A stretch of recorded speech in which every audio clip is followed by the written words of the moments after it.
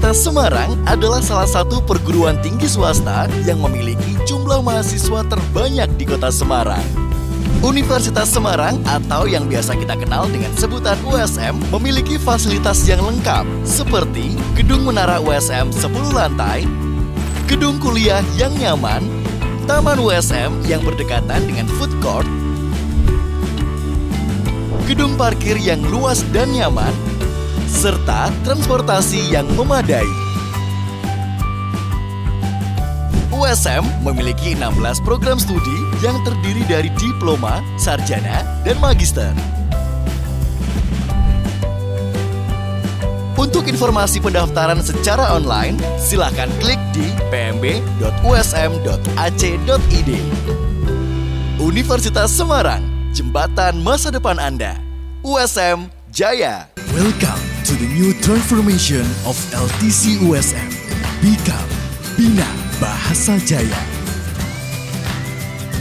We serve English, Japan, Mandarin, Arabic, BIPA, Bahasa Indonesia bagi penutur asing, and many more. Bina Bahasa Jaya, pasti mahir berbahasa.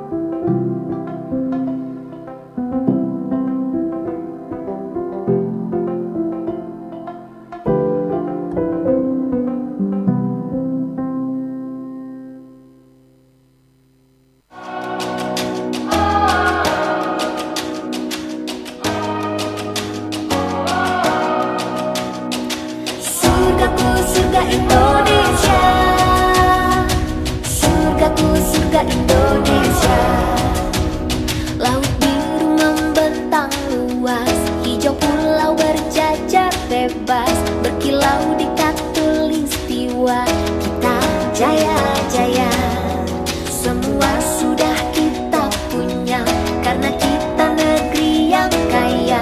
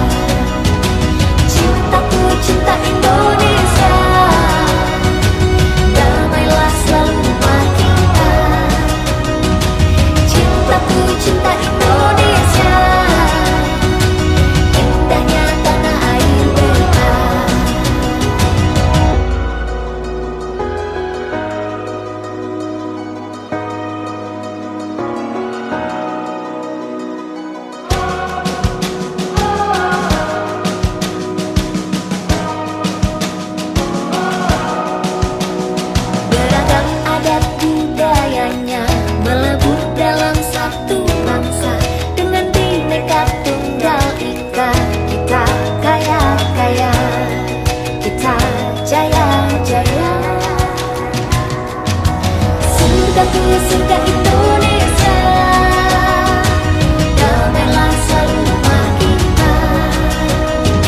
Surgaku surga Indonesia, indahnya tanah air beta. Cintaku cinta Indonesia, damailah selalu rumah kita. Cintaku cinta Indonesia, indahnya tanah air beta. Indahnya tanah air beta. Surgaku surga Indonesia, indahnya tanah air beta. Surgaku surga Indonesia, surgaku surga Indonesia.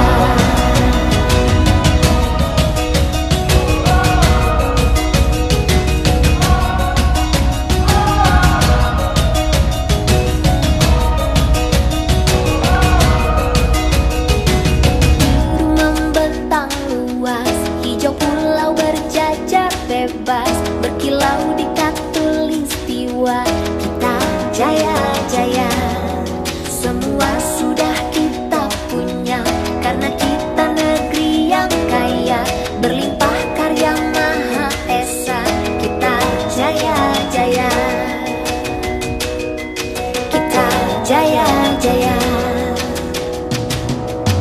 Surgaku surga Indonesia, damailah selalu rumah kita. Surgaku surga Indonesia, indahnya tanah air beta.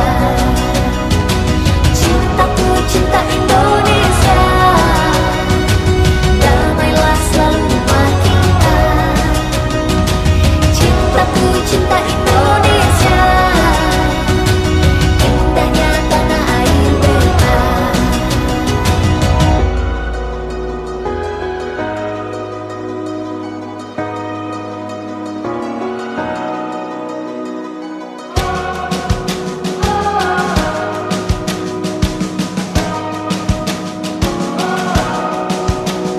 Beragam adat budayanya melebur dalam satu bangsa, dengan bineka tunggal ika.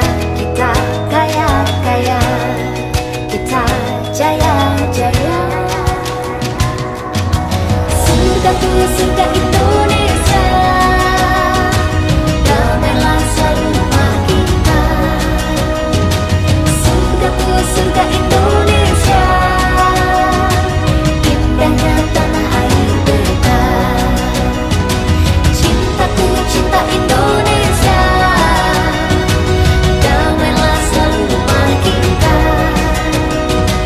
Cintaku cinta Indonesia, indahnya tanah air beta.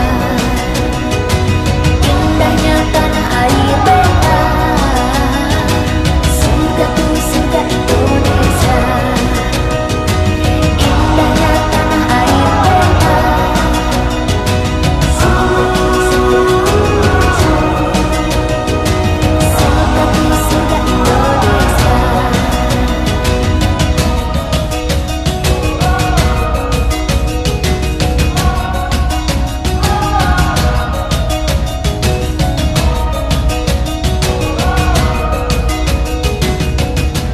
Kami siap menerima Anda. Ayo berwisata di Kota Semarang. For online participants and non-participants who are registered in International Conference on Sustainable Development Goals, the Role of Higher Education in Achieving SDGs, on July 30, 2022. The first, offline participant must register at the registration desk. Online participants are mandatory to join using the Zoom Cloud Meeting account, which is to sign in using your respective Zoom account and by using the email that was registered during registration. The second, the name used in the Zoom meeting must display a name that matches your account name when registering as presenter or non-presenter, must allow the following format: room, underscore ID underscore full name. For example, R1 underscore 5 underscore John. The third, all of participants must join the conference room, both online and offline, 15 minutes before the event starts. The committee has the right to refuse you to enter the room while the event is in progress. The fourth, participants are not allowed to enter and exit both online and offline room and must do coordinate with the committee if you want to leave the room for a while. The fifth, while following the video conference, you must keep the camera active and microphone must be muted except for those that will give questions or responses after being invited by the moderator. The sixth, participants are required to raise hand or use the raise hand features or write it through the chat features when you ask. The next point, when participants need to ask question or give command, you must convey it in questions and clear sentences. And the last, your participant is only be verified if you participate in the full event today on Saturday, July 30, 2022.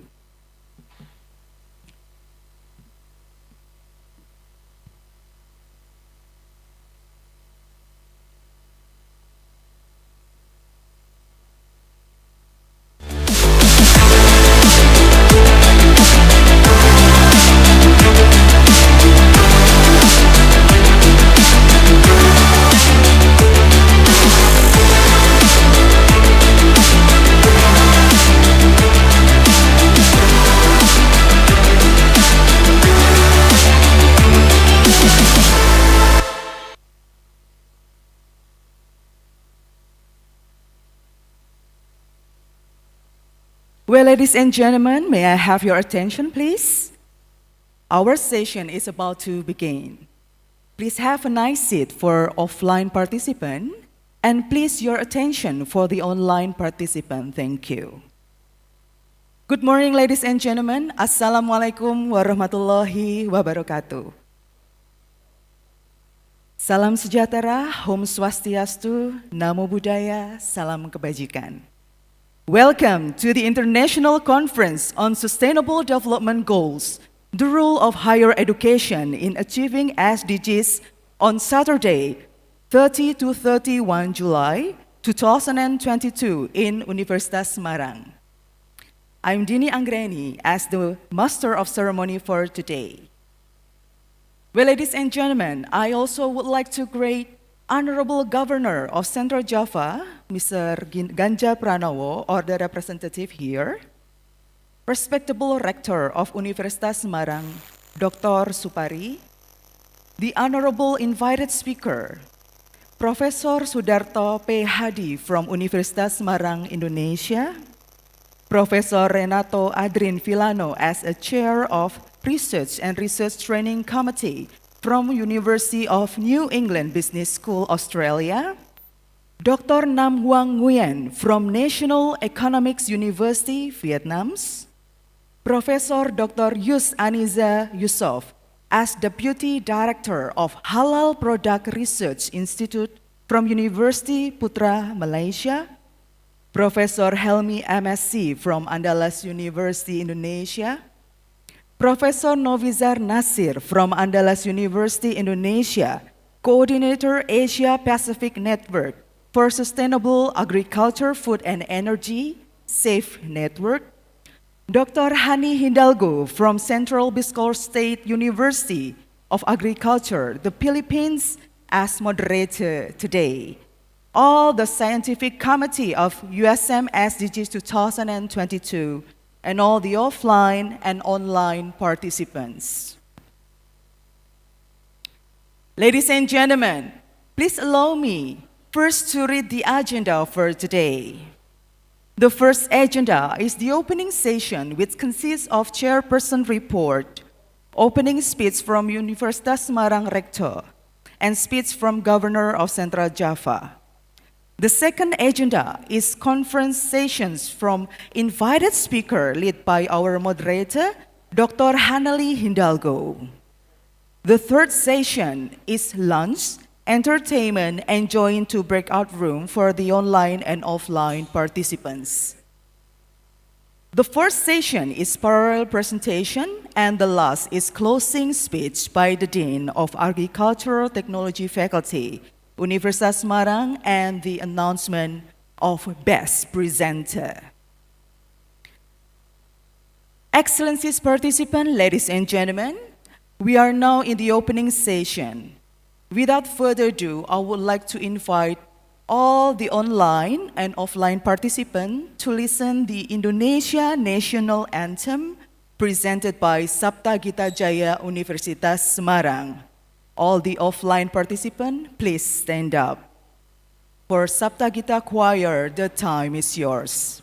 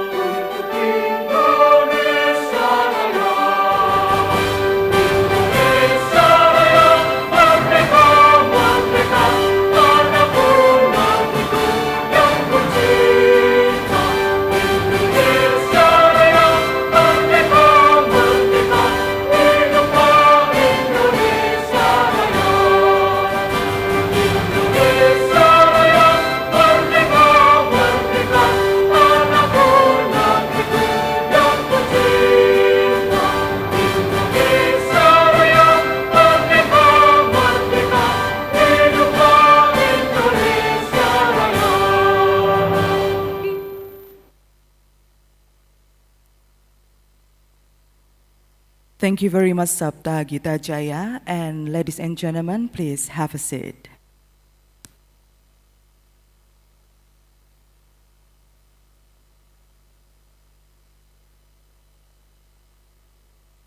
Ladies and gentlemen, to hope the event can run smoothly, please pray together and will be led by Bapak Insinyur Bambang Tetuko. For Bapak Bambang, the floor is yours.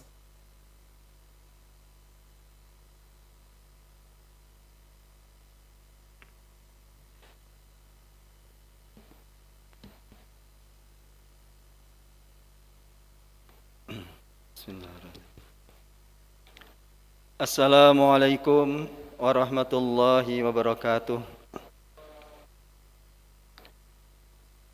Ladies and gentlemen, let us bow our head for a moment, pray to God, Allah Subhanahu wa Ta'ala, so that our international conference can be precious to all of us. Bismillahirrahmanirrahim. Alhamdulillah Rabbil Alamin. Hamdan yuafi ni'amahu wa yukafi mazidah. Ya Rabbana lakal hamdu kama yanbaghi li jalalikal karim wa azimi sultanik.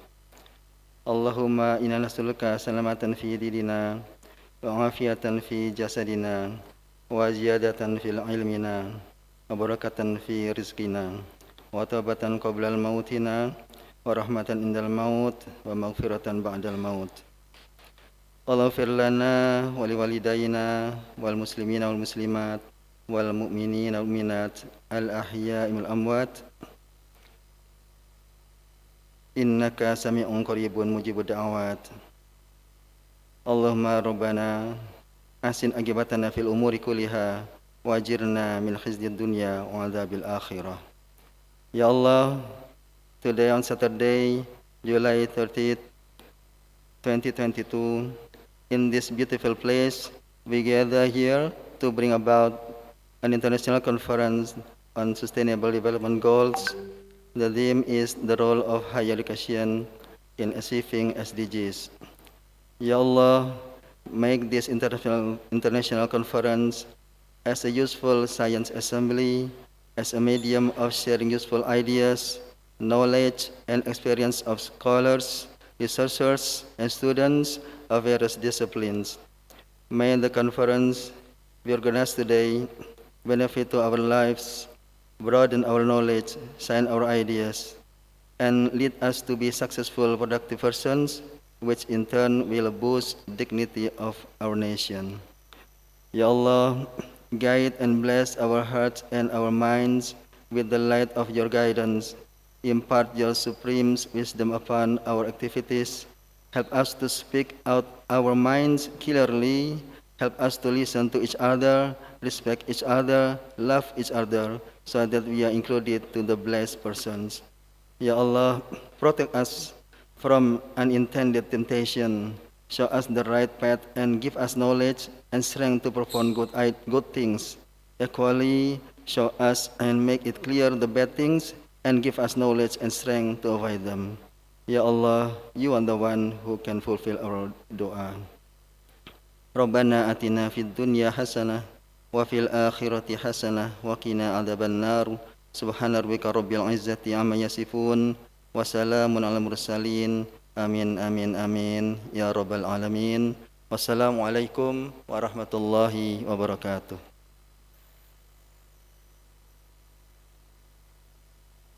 Thank you very much, Bapak Bambang Tetuko. Excellencies, distinguished guests, participants, ladies and gentlemen, now we are going to listen the chairperson report presented by Dr. Insinyur Rohadi MP. For Mr. Rohadi, the time is yours.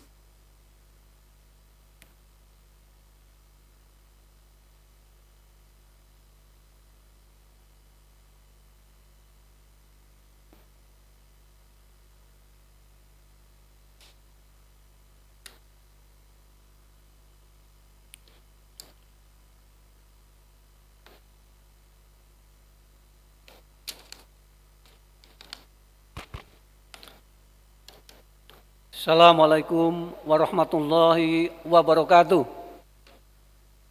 Good morning, Honorable Governor of Central Java,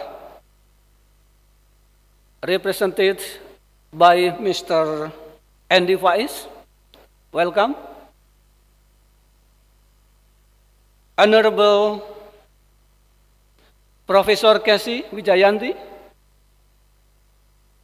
Chairman of the Diponegoro University Alumni Foundation. Welcome. Honorable Rector of the Semarang University, Dr. Supari, and all staff. Welcome. Dearest chairs, invited speakers are Profesor Sudarto Behadi, Semarang University, welcome. Profesor Renato Adrian Villano, Chair of Research and Research Training Committee, University of New England Business School, Australia. Dr. Nam Hoang Nguyen, National Economic University, Vietnam. Professor Anissa Yusuf, Deputy Director of Halal Product Research Institute, University Putra, Malaysia. Welcome.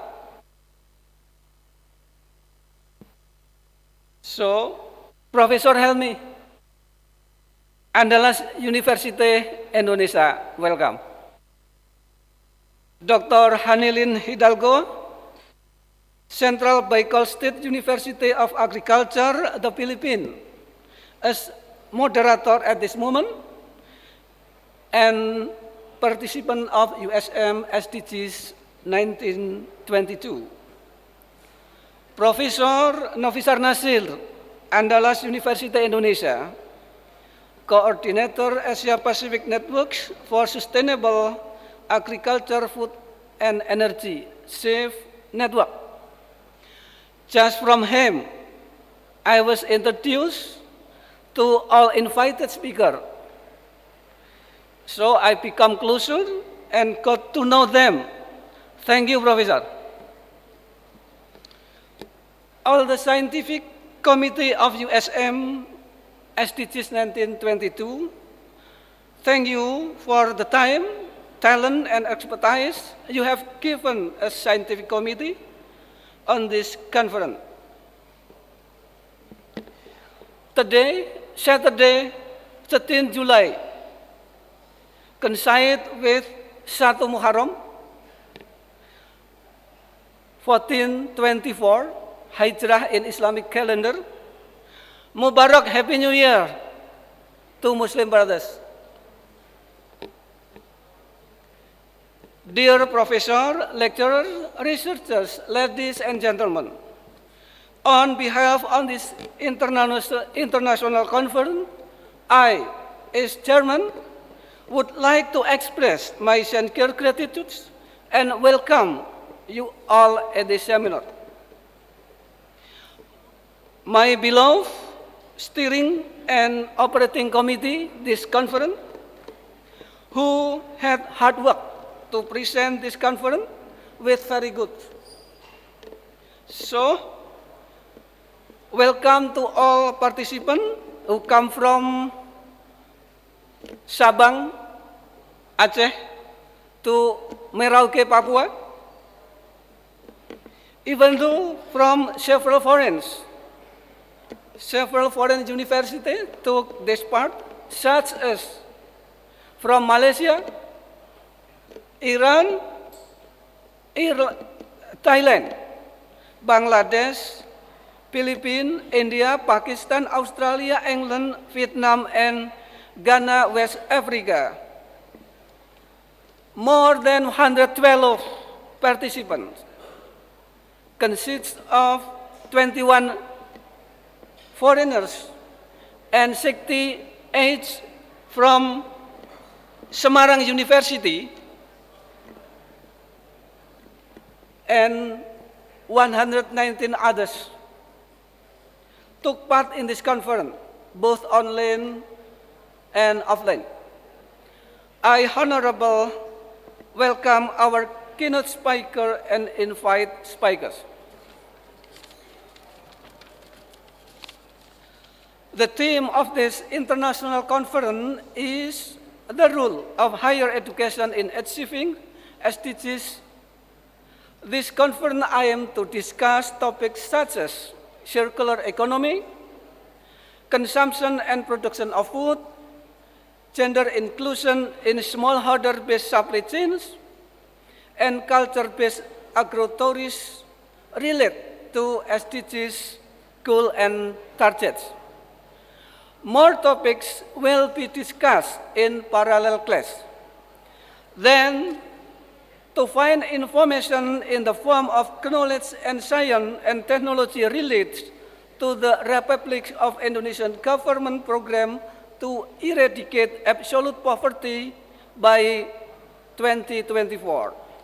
Hopefully, this conference will contribute to the Semarang food system and its transformation toward a sustainable urban food system program supported by Bappenas and United Nations Environment Program, UNEP, today, on sustainable, healthy, inclusive, and food system transformation projects. At this conference, we will get a lot of information. By this, I, who represent this entire committee, hope this conference will benefit for us. Before I end my report, please allow the Rector of Semarang University, Dr. Supari, to open this conference. Thank you for several journals in Indonesia that have been willing to cooperate to publish the article from this conference. I think that all of my report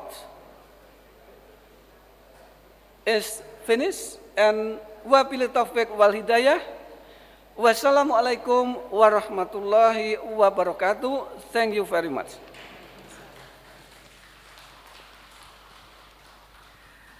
Thank you very much, Mr. Rohadi, for the report today. Ladies and gentlemen, we are now continuing our meeting to the next agenda. That is to hear the opening speech from Universitas Semarang Rector, Dr. Supari MT. For Mr. Rector, the time is yours.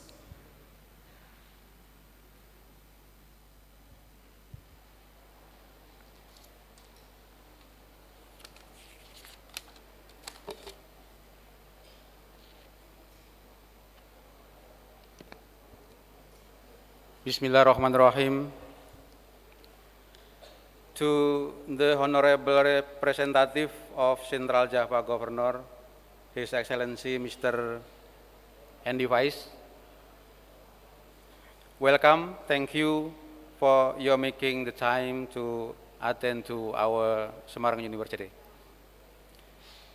To the Honorable Head of Principal Board Diponegoro University Alumni Foundation, Profesor Dr. Sudarto PhD, MES, PhD.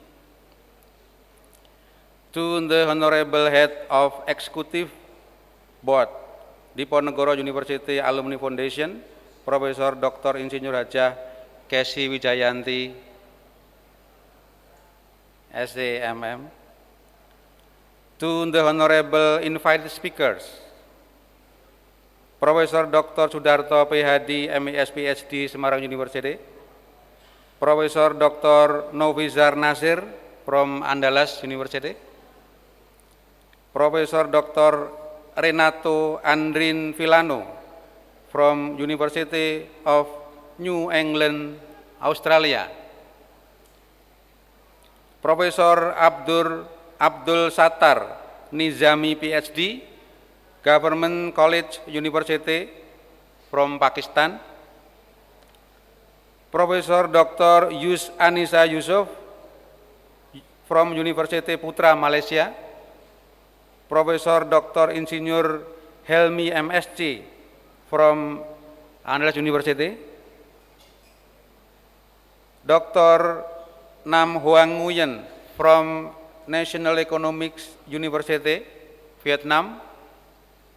Dr. Hanilin Hindalgo as moderator, Central Bicol State University of Agriculture, Philippines.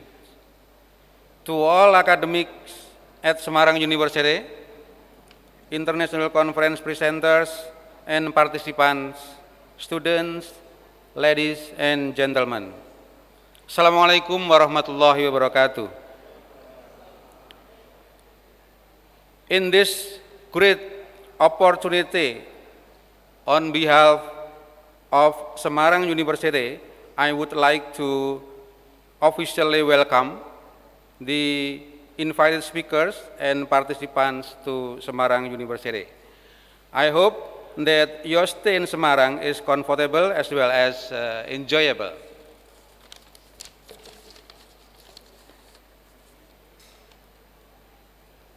The USM-SDGs International Conference with the theme, The Role of Higher Education in Achieving SDGs, is a part of the academic celebration of 7th lustrum of Semarang University in 2022. I hope that through this conference, we can share our research, which will give benefit to the many aspects of global development to make this world a better place.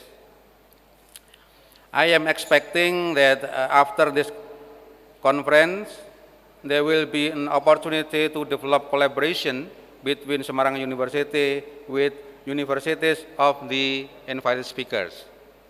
In this opportunity, I would like to extend my gratitude to everyone who has given their efforts until this international conference can be carried out, especially to Dr. Insinyur Haslina MSI,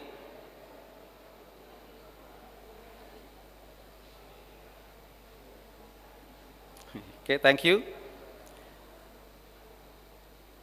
Dean of Agriculture Technology Faculty and Dr. Rohadi as the chairman of USM-SDGs. Thank you to the committee, moderator, and participants. And also to all invited speakers, I would like to thank you for your effort, your time, and willingness to come to our university. To end my speech, I wish all the best and success for this international conference. I hope all participants have a fruitful discussion and will bring home new priceless knowledge.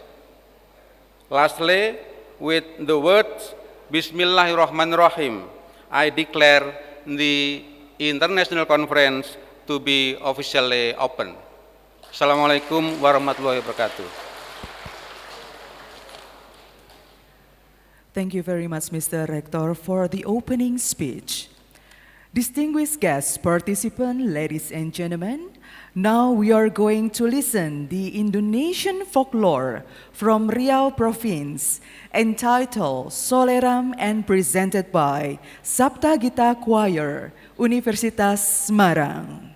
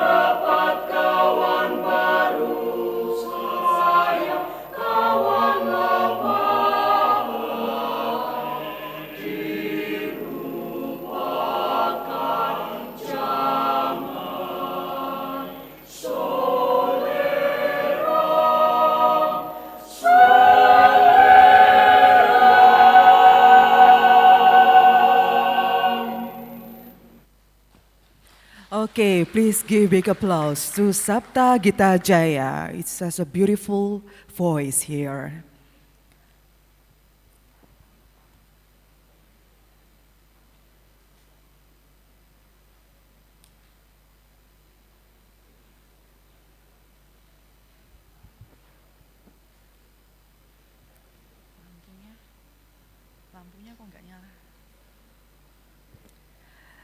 Ladies and gentlemen, if you visit Central Java, it's not be complete if you do not see the traditional dance. So, here we are, Gambyong traditional dance from Sawidasa Aksioma Dance Universitas Semarang.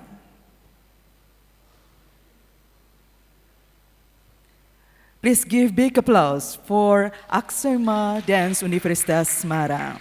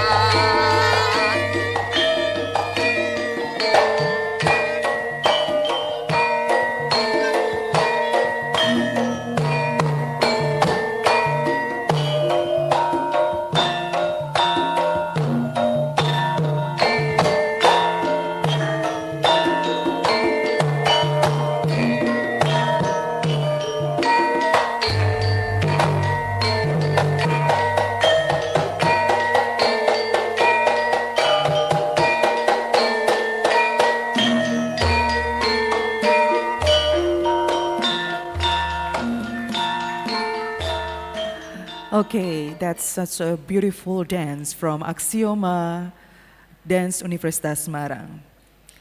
Ladies and gentlemen, now we're going to listen the speech from our keynote speaker today from the representative of the Governor of Central Java, Mr. Andy Faiz Event. Baik, okay, for Mr. Andy, the time is yours.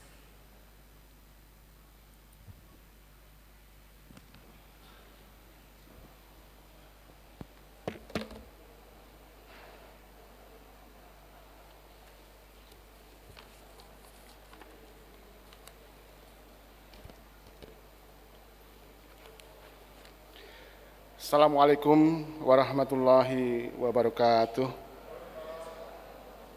Yang kami hormati Rektor Universitas Semarang, Bapak Dr. Supari STMP. Yang kami hormati Ibu Ketua Pengurus Yayasan USM, Ibu Profesor Kesi Wijayanti. Yang kami hormati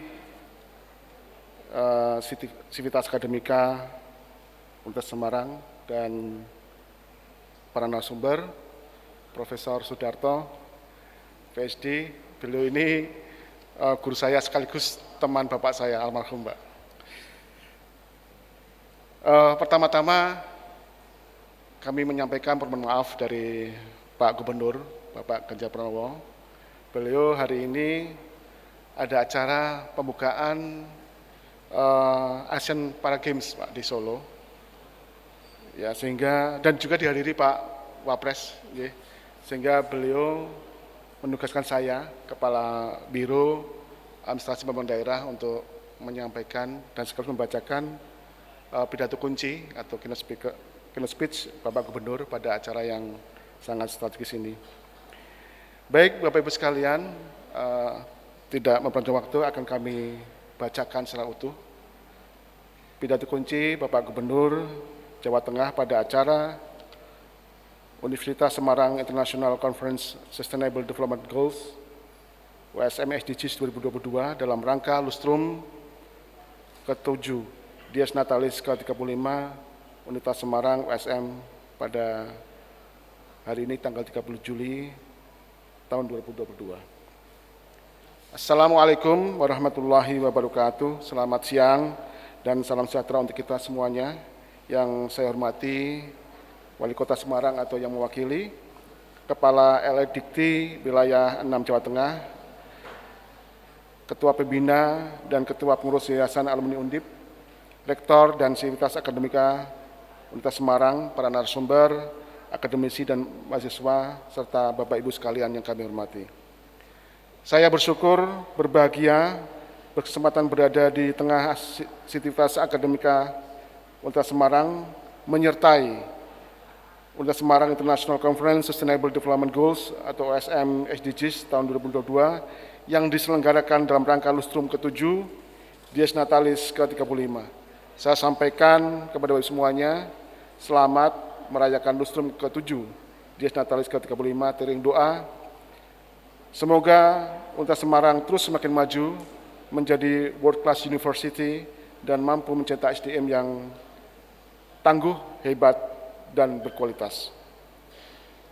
Bapak, Ibu, dan saudara sekalian yang kami hormati, tujuan pembangunan berkelanjutan atau Sustainable Development Goals merupakan suatu rencana aksi global yang disepakati oleh 193 negara anggota PBB termasuk Indonesia, yang bertujuan menjaga berkelanjutan kehidupan sosial masyarakat, peningkatan kesejahteraan ekonomi masyarakat, kualitas lingkungan hidup, pembangunan yang menjamin keadilan dan terlaksananya tata kelola. Tujuan pembangunan berkelanjutan atau SDGs berisi 17 goals, 169 target, dan 241 indikator yang diharapkan dapat dicapai pada tahun 2020. Sebagai wujud komitmen Indonesia dalam pencapaian tujuan pembangunan berkelanjutan atau SDGs, telah ditetapkan peraturan atau diterbitkan peraturan Presiden nomor 59 tahun 2017 tentang pelaksanaan pembangunan tujuan pembangunan berkelanjutan yang dalam pencapaiannya dilaksanakan secara partisipatif dengan pelibatan seluruh pihak atau stakeholders. Perpres tersebut juga mengamanatkan kepada pemerintah Provinsi Jawa Tengah bersama pemerintah kabupaten kota untuk menyusun rencana aksi daerah SDGs. Amanah tersebut telah dilaksanakan Provinsi Jawa Tengah dengan menerbitkan Peraturan Gubernur Jawa Tengah Nomor 62 Tahun 2019 tentang Rencana Aksi Daerah Tujuan Pembangunan Berkelanjutan Provinsi Jawa Tengah tahun 2019 sampai tahun 2023. Rencana aksi daerah tersebut merupakan dokumen perencanaan yang jangka menengah atau 5 tahunan yang di dalamnya memuat kondisi pencapaian serta tantangan pelaksanaan tujuan pembangunan berkelanjutan di Jawa Tengah, kemudian target dan arah kebijakan pencapaian tujuan pembangunan berkelanjutan Jawa Tengah, dan yang terakhir mekanisme pemantauan, evaluasi, dan pelaporan tujuan pembangunan berkelanjutan di Jawa Tengah.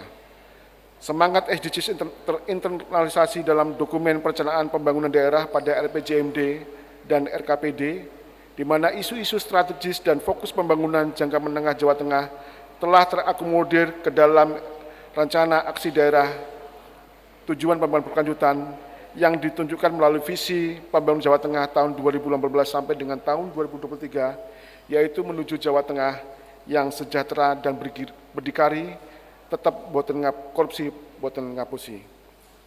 Visi tersebut mengandung arti sejahtera, yaitu masyarakat Jawa Tengah sejahtera adalah masyarakat yang tercukupi segala kebutuhan dasarnya secara adil dan merata, berprinsip pada peri kemanusiaan dan peri keadilan.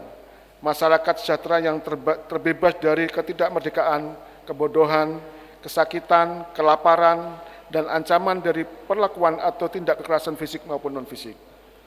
Dalam lingkungan masyarakat yang sejahtera akan tercipta hubungan sosial yang nyaman dan aman tanpa adanya diskriminasi sara, serta tercipta relasi yang dinamis, saling menghargai, saling pengertian, dan toleransi yang tinggi. Ketercukupan kebutuhan masyarakat juga didukung dengan pemenuhan prasarana dan sarana dasar, pelayanan publik, ruang publik, transportasi, serta teknologi yang harus disediakan secara cukup dan menerus untuk mencapai kemajuan dan pembangunan kehidupan masyarakat yang lebih sejahtera. Selain sejahtera, visi pembangunan kita juga untuk mewujudkan Jawa Tengah yang berdikari. Berdikari merupakan suatu tujuan agar masyarakat mampu memenuhi segala kebutuhan dasarnya secara mandiri. Dengan begitu, berdikari menjadi sebuah metode untuk mewujudkan kesejahteraan masyarakat dan lingkungan hidupnya berbasis modal pokok milik sendiri, baik sumber daya alam, manusia, sosial, budaya, ekonomi, dan politik. Sedangkan sumber daya yang berasal dari luar merupakan tambahan apabila diperlukan. Perwujudan masyarakat Jawa Tengah yang sejahtera yang berdikari dilandasi semangat dan nilai utama, yaitu boten korupsi, boten ngapusi, di mana nilai ini dimanifestasikan ke dalam sikap, tindakan, dan laku seluruh masyarakat Jawa Tengah untuk dapat bersama mencapai kesejahteraan yang berdikari. Namun begitu, dalam proses pembangunan yang dilakukan untuk mencapai SDGs Jawa Tengah, ada berbagai tantangan yang menghadang, yaitu satu, di mana tujuan yaitu tanpa kemiskinan, upaya penurunan kemiskinan ekstrim di Jawa Tengah hingga 0% pada akhir tahun pelaksanaan SDGs di tahun 2030, yang kemudian sesuai arahan Presiden agar tercapai pencapaian pada tahun 2024. Tujuan kedua, tanpa kelaparan, menurunkan angka stunting di Jawa Tengah menjadi 14%. Tujuan ketiga, menjamin kehidupan sehat, penurunan angka kematian ibu hingga di bawah 100.000 kelahiran hidup pada tahun 2030.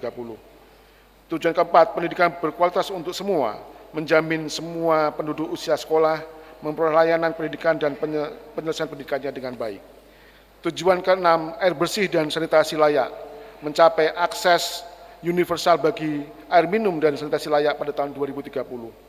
Tujuan 8, pekerjaan layak dan pertumbuhan ekonomi, tingkat pengangguran dominan di wilayah perkotaan, serta masih terdapat penduduk usia muda di antara usia 15 sampai 20 tahun tidak sedang bersekolah, bekerja, atau mengikuti pelatihan. Tujuan 12, pola produksi konsumsi berkelanjutan, tingkat pencemaran air, udara, tanah di Jawa Tengah, serta upaya menjaga keberlanjutan lingkungan. Tujuan ke-13, perubahan iklim, emisi gas rumah kaca yang meningkat disebabkan oleh aktivitas sektor energi dan limbah. Dan yang terakhir, tujuan 14, yaitu hukum dan tata kelola kekerasan terhadap kelompok rentan, perempuan, dan anak. Dalam mengimplementasikan tujuan pembangunan berkelanjutan atau SDGs, diperlukan keterlibatan dan perbagian peran lintas sektor baik pemerintah, pusat, daerah, parlemen, filantropi, bisnis, swasta, akademisi, dan pakar, organisasi masyarakat, dan media. Kolaborasi dan sinergis yang kuat berbagai pihak diharapkan dapat membantu menjawab tantangan dalam pencapaian agenda besar SDGs. Perguruan tinggi hadir sebagai salah satu institusi penting dalam membantu percepatan tercapainya SDGs, khususnya melalui penerapan Tridharma perguruan tinggi, yaitu melalui pendidikan, penelitian, dan pengabdian kepada masyarakat. Selain itu, perguruan tinggi dapat membantu pemerintah dalam evaluasi dan analisis terhadap pelaksanaan program pembangunan, menjadikan tujuan pembangunan berkelanjutan atau SDGs sebagai agenda rutin, agenda riset, termasuk mengembangkan inovasi dan praktik baik dalam upaya penyelesaian masalah pembangunan. Inilah yang saya mintakan untuk dilakukan oleh Universitas Semarang. Keterlibatan Universitas Semarang dalam memberdayakan dan mengurai problem-problem masyarakat juga menjadi bagian penting dalam upaya mewujudkan SDGs ini. Ilmu yang diperoleh di perguruan tinggi hendaknya bisa dimanfaatkan oleh lulusan USM untuk membantu program pembangunan Jawa Tengah dan Indonesia. Harapan pemerintah Jawa Tengah pelaksanaan tujuan pembangunan berkelanjutan ini sebagai suatu gerakan yang merupakan semua pihak, melibatkan semua pihak untuk bersinergi sesuai peran, fungsi, kemampuan para pihak, dan pada akhirnya target tahun 2030 SDGs diharapkan mampu mengakhiri kemiskinan, melindungi bumi, dan mensejahterakan dan memastikan bahwa keseluruh orang menikmati perdamaian dan kesejahteraan. Hari ini berbahagia, demikian yang dapat saya sampaikan pada kesempatan ini. Semoga Allah SWT Tuhan Yang Maha Kuasa memberikan dan memudahkan serta memelancarkan pembangunan bangsa yang kita lakukan bersama. Sukses terus untuk Universitas Semarang. Sekian dan terima kasih. Wabillahi taufiq wal hidayah. Wassalamualaikum warahmatullahi wabarakatuh. Gubernur Jawa Tengah, tertanda tangan Haji Ganjar Pranowo SH MIP. Bapak Ibu, kami sampaikan secara utuh sambutan dari Pak Gubernur. Semoga acara konferensi internasional ini dapat berlangsung secara baik dan memberikan hasil yang maksimal untuk memberikan masukan kepada pemerintah Jawa Tengah menuju masyarakat Jawa Tengah yang sejahtera dan berdikari. Demikian, terima kasih. Lebih kurang wassalamualaikum warahmatullahi wabarakatuh. Waalaikumsalam warahmatullahi wabarakatuh. Thank you very much, Mr. Andy Faiz Effendi.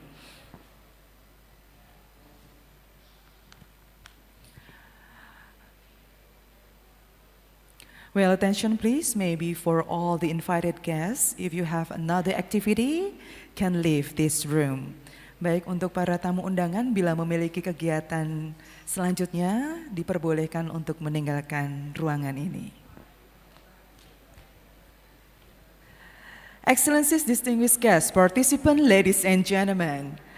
Now we are going to the second agenda. It is conference sessions from invited speakers, led by our moderator, Dr. Hanilin Hindalgo. But first of all, I would like to read her CV. Her name is Hanilin Aguilar Hindalgo. She was born on 22 March 1977. She has degree and non-degree educational background. Her non-degree education as follows: training program for internationalizations of higher education in Canada, executive forum on leadership excellencies in Cambodia, and community tourism promotion course in Japan. She was graduated from Ateneo de Naga University, Naga City, Philippines for Master of Business Administration in 2006 and Doctor of Business Administration in 2019. With several works experience as follows. She is a lecturer in Faculty of Agribusiness since 1998 until now, as Program Development Coordinator since 2018 until now. She also member of the Technical Evaluation Committee 2012 to present, as co-owner and manager of Nesting Place Integrated Forum 2020 to present. With many awards and major accomplishments in national and international, several professional qualifications and international publications shows that she is really smart and active person. Please welcome our moderator, Dr. Hanalin Aguilar Hindalgo. Please give big applause to Dr. Hani. Thank you so much. Thank you so much for inviting me here as moderator. So again, salamat pagi, and to our speaker from Vietnam, Boy Sang Tot Lang. Did I say it right? And from the Philippines, it's Magandang Umaga. Okay. So welcome again to the International Conference on Sustainable Development Goals with the theme, The Role of Higher Education in Achieving Sustainable Development Goals. So just like you, I am also excited to have you, excited about the topics that we're going to discuss, we're going to have today. But before we begin, let me remind the participants to turn off their microphones while or during the presentation. And if you have questions, you can just type it in the chat box of this Zoom meeting, or you may reserve your questions later during the discussion or the open forum. Okay, so we have 6 amazing speakers today who will share their experience in achieving our sustainable development goals.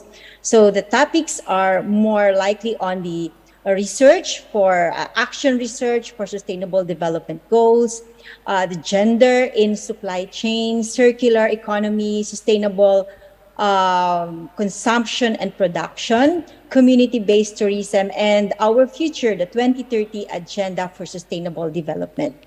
So let me now introduce you to the first speaker. So our first speaker is an environmental management expert who graduated his master's degree at York University in Toronto, Canada, and doctorate degree at the University of British Columbia, Vancouver, Canada. He was a former chancellor of University Diponegoro and was a vice chair of the National Research Council, and he was a member of the Academic Senate of Diponegoro University. Currently, he is the chair of Commission A of the UNDP DIP Professorship Council. He has published several articles on environmental studies and sustainability topics. So ladies and gentlemen, from Semarang University, Indonesia, let us welcome Professor Dr. Seharto Hadi, our first speaker who will discuss on utilizing action research for sustainable development goals. Dr. Hadi, your time.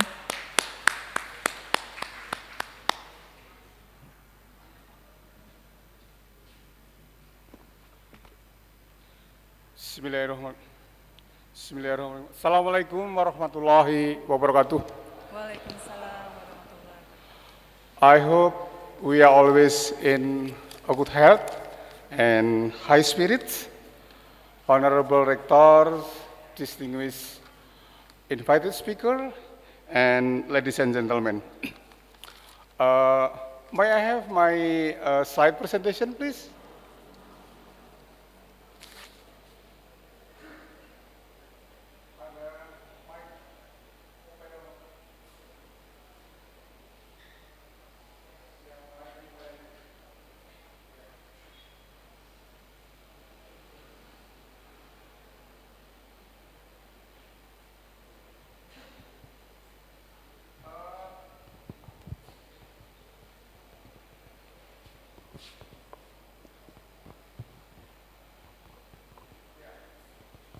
Bisa jalan-jalan.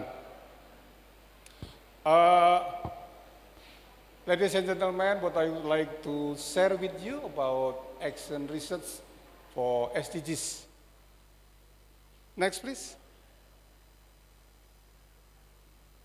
This is my name. I have been introduced by moderator, Next, please.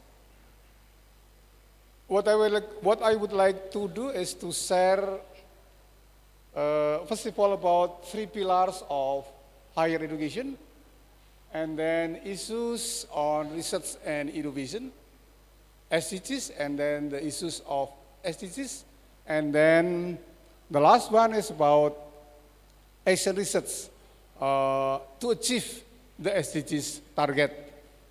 And the last one, a poem, short poem. Next. As we all know that we have three mandates: education, research, and community service. Three pillars of mission of higher education. And the last one about community service is unique in Indonesia. I think if we take a look, Western universities, they don't have any community service mission. This morning I got information from a friend saying that according to world-class university, only 20 universities out of 40,500 universities in the world that categorized as world-class universities. And if we take a look, the indicator of world-class universities, all about education and research, is about academic performance, employee performance, faculty-student ratio, foreign faculty ratio, foreign student ratio, and not all of them related to community service. So it is unique, our mission. And if we talk about three pillars of Indonesian higher education mission, many universities in Indonesia oriented toward research university, big universities, meaning that education must be based on research, community service must be based on research. But in reality, it's not actually happen. How community service based on research? Let us take a look another slide. Next slide, please. In 2019, President Jokowi made a statement asking about where was the budget of 2006.5 trillion, meaning that was the research budget went to downstream to be a product that utilize benefit fruitful for people? Not many. So President wonder where the budget went. Because most of research end up to prototype, patent, and publication, and not downstream to the products that beneficial, useful for public. The second one, why did it happen? The research agenda was not matched with the needs of the user or the industries. Industries user adopted licensed innovation from other countries. That is the reality. Next, please. Research at various research and development, government universities were not well coordinated, overlapping, and duplication.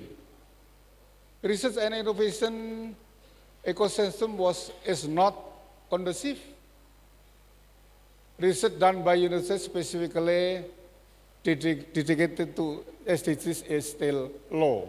That is the reality. That is what I call issues on research and development. Next. That is a slide showing the death valley, lembah kematian dari inovasi. Lembah kematian dari inovasi. Artinya riset itu pada umumnya berakhir pada paten, prototipe, dan publikasi. Tidak menghilir ke produk yang bisa digunakan oleh pengguna, oleh masyarakat. Itu yang disebut sebagai dead valley. Ini dead valley. Jadi berakhir di sini. And at publication, patent, and prototype. There are many problems here. Among the problems I just mentioned, the slide, previous slide. Next, please. This is another slide showing how the research is difficult to be downstream to dihilirisasi menjadi produk yang bermanfaat untuk pengguna. The point is that when the research is not end with the product, the contribution to SDGs is low. Next. Yeah. Next, please. Yes, this is my article in Kompas November 2020. The title is Lembah Kematian Inovasi, the Death Valley of Innovation. The one that I just mentioned is the critical of innovation in our country. Next, please. Sustainable development consists of 17 pillars. Next, we all know. And the commitment of our government expressed in Presidential Decree, Perpres nomor 59, the year of 2017. And next, please.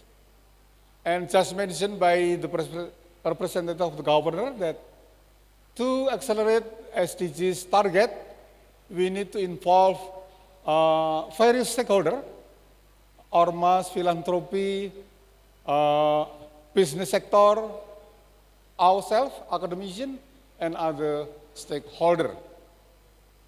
Next.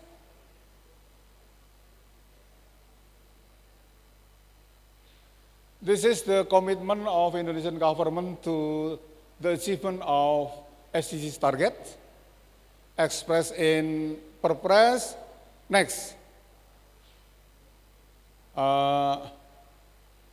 This is our position of SDGs in 2020. You can take a look. It's not so good. We are under of ASEAN countries except Cambodia and Myanmar. This is our performance in 2020. Next.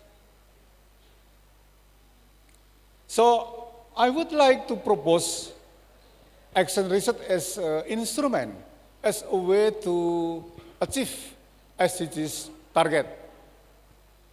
Action research is a research aimed to deal with the crucial problems encountered by communities like poverty, unemployment, flood, landslide, stunting, malnutrition, solid waste, and so on. So the success criteria of research is how the research deal with this problem. There are many irony of research where doing research on poverty, the researcher can give seminar in 5-star hotel, but the poor people stay poor. That is the irony. And this should not be the problem with action research. Next, please. So action research is actually the practice of community development. It's a strategy to assist people to identify their problem and find their solution. Help people to help themselves. So the goal is like the mentioned by the governor, self-sufficient, menjadi mandiri, ora ngapusi, ora korupsi, mandiri, self-sufficient. Next, please. How to do that? From the stage of the initial set of research, identify the problem, formulate goal, condition analysis, and formulate policy alternative, and choosing alternative, implementation and evaluation to be done along with the community, with the target, community target. Next, please. I would like to describe how private sector hire consultant and academician to do extra research in their program called Corporate Social Responsibility. Community development is part of corporate social responsibility. This is the PT-PKT. PT-PKT is Pupuk Kalimantan Timur, fertilizer factory in East Kalimantan, located in nearby Puntang Bay. Next, please. This is surrounded by fishermen kampung. That's the condition is poor. The fishermen rely on doing fishing, rely on season. During the east season or west season, they cannot do anything. They can't do fishing because of the season. So to make a living, they borrow money from called juragan. Juragan is boss, middleman, without any collateral. But as a compensation, during if they can doing fishing, they have to sell their caught fish to middlemen with the price determined by the middleman. Of course, lower than market price. So it's unequal relation, but is mutual beneficial with the two parties not equal. Next, please. So, based on social mapping, next. Selanjutnya. Slide selanjutnya. Slide selanjutnya. Yeah. To find the problem, fishermen along with academician and consultant, based on social mapping, they built what is called keramba jaring apung, maybe in English floating net kits. Net kits to culture local fish like kerapu, baronang, kakap, lobster, and it's not rely on season. Any season, they can culture this kind of fish, and every 3 months they harvest. And the harvest is not net fish. It's not only sold in the form of raw material. Next. Yeah, but also in the form of cooked fish by opening what is called floating food stall, warung apung, nearby keramba apung. So it's part of local tourist destination. Many tourists come from outside Bontang to enjoy this food stall, warung apung. Next, please. And another example is the simple example from fertilizer factory in Gresik, Petro Gresik. I think all of you knows this place. They have a problem with their cattle, what is called cattle waste, kotoran limbah ternak. They based on the social mapping, they built integrated cattle pen to process the cattle waste to be compost and to process the agricultural waste to be animal feed. There's two things in the integrated cattle pen. Next, please. This is how to process the cattle waste to be compost. This is apa namanya? Cattle breeding, and this process of cattle waste to be biogas and compost. And this is the continuation of the process to utilize the compost for planting herbal, for producing herbal drinks. So all of to be productive things that benefit enjoyed by local people. Next, please. This is the process. The process to process waste agriculture and cattle waste. This is to be economic product, creating employment opportunity and income for local people. Yes, I think I will show the last slide of my presentation. Next, please. Yes. Anyone would like to read my short poem? Bu Kesi. Thank you very much. It's very interesting. I want to know and how to explore the action research.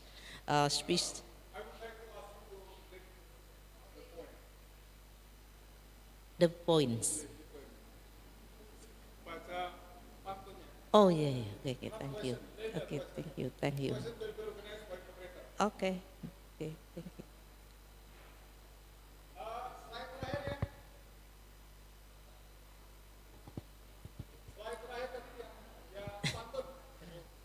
Maybe we can reserve the question later. We'll let first Dr. Hadi finish Rose the... is beautiful flower. Cakep. Rose, yes. It inspires of us to love the nature. Let us collaborate together, achieving SDGs for brighter future. Thank you. Thank you very much. Wassalamualaikum warahmatullahi wabarakatuh.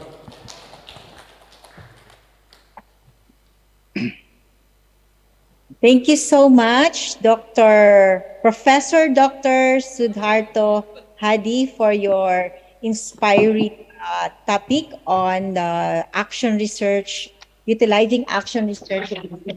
Actually, your talk is very interesting because it gives us an idea that all our researches should impact the SDGs, and all our outputs, research innovations, should answer a problem of our society. So thank you so much for this. Let's move on to the, by the way, please reserve your questions later for the open forum discussions later after the third speaker. Thank you. So let's move on to our next speaker. Our next speaker is actually close to my heart because he is a Filipino and a dear friend. So he is a professor of economics at the University of New England Business School in Australia. He specializes in the area of applied econometrics, agricultural economics, and development in overseas and in Australia. He is actively involved in government-funded projects, research for development projects in Asia and Africa. He is a very prolific author of in international journals and a former associate editor of the Australian Journal of Agricultural and Resource Economics, and currently an editorial board member of Journal of Agricultural Agricultural and Applied Economics, the ASEAN Journal of Economics Management and Accounting, and the De La Salle University Economics and Business Review. Currently, he is an honorary professor at Shandong Institute of Business and Technology in China and a visiting professor at Curtin University. Ladies and gentlemen, let us welcome Dr. Renato Andrin Villano. Dr. Thank you Renato. very much, Hani. Can you hear me clearly? Yes, loud and clear. Okay. Good morning, everyone. The honorable university officials and distinguished guests, participants of this conference. Selamat pagi, bapak-bapak dan ibu-ibu. First, I would like to express my appreciation to the organizing committee of this conference for inviting me to be one of your speakers. It is great indeed to be able to share my thoughts and insights, even through online. I wish to be there, but maybe in the future. I would also like to take this opportunity to congratulate the University of Semarang on the celebration of your 35th anniversary. More power to the university. My talk today will briefly provide an overview and an example of the gender inclusion and women's empowerment strategies to accelerate the uptake of innovation in smallholder-based supply chains. The theme of my talk is basically under the pillar of SDG 5, gender equality. And as we know, this is actually composed of 6 dimensions. I'm not going to go through all of these 6, but I will provide an example of the ensuring leadership and women participation in leadership and decision making. As we know, decision making and leadership is not only at the macro scale, but it is more important at the micro level, especially at the farm household level. Based on this undertaking, I will draw some insights and the role of higher education in terms of research and training and capacity building. All right. As we are all aware, women comprise a significant contribution in agriculture. In fact, almost 43% of labor force in agriculture in developing countries is attributed to women. And of course, this varies between continents and countries. This clearly suggests that women empowerment is a prerequisite for rural development, poverty alleviation, and global food security. However, we all recognize that gender systems are diverse and complex, and gender inequity and conditions necessary to empower women will vary across countries, across regions, and across communities. Therefore, it is imperative for us to consider gender systems to capture cross-cultural variations and recognize that there's a need for gender inclusions in all aspects of programs, interventions, and projects. Gender inclusions in market systems has been a central theme of many projects, programs, and studies. And many evidence suggests that investing in women in smallholder-based supply chain help deliver improved product quality, enhancement of product brand, increased business productivity, reduced management and coordination costs, more secure supply base, stronger brand and better access to premium markets, and of course, improved delivery of broader corporate social responsibility. However, international experience has shown that there are several challenges in integrating women in market systems that need to be addressed, especially in understanding the role of women in accelerating the impact or the uptake of production and market-based innovations.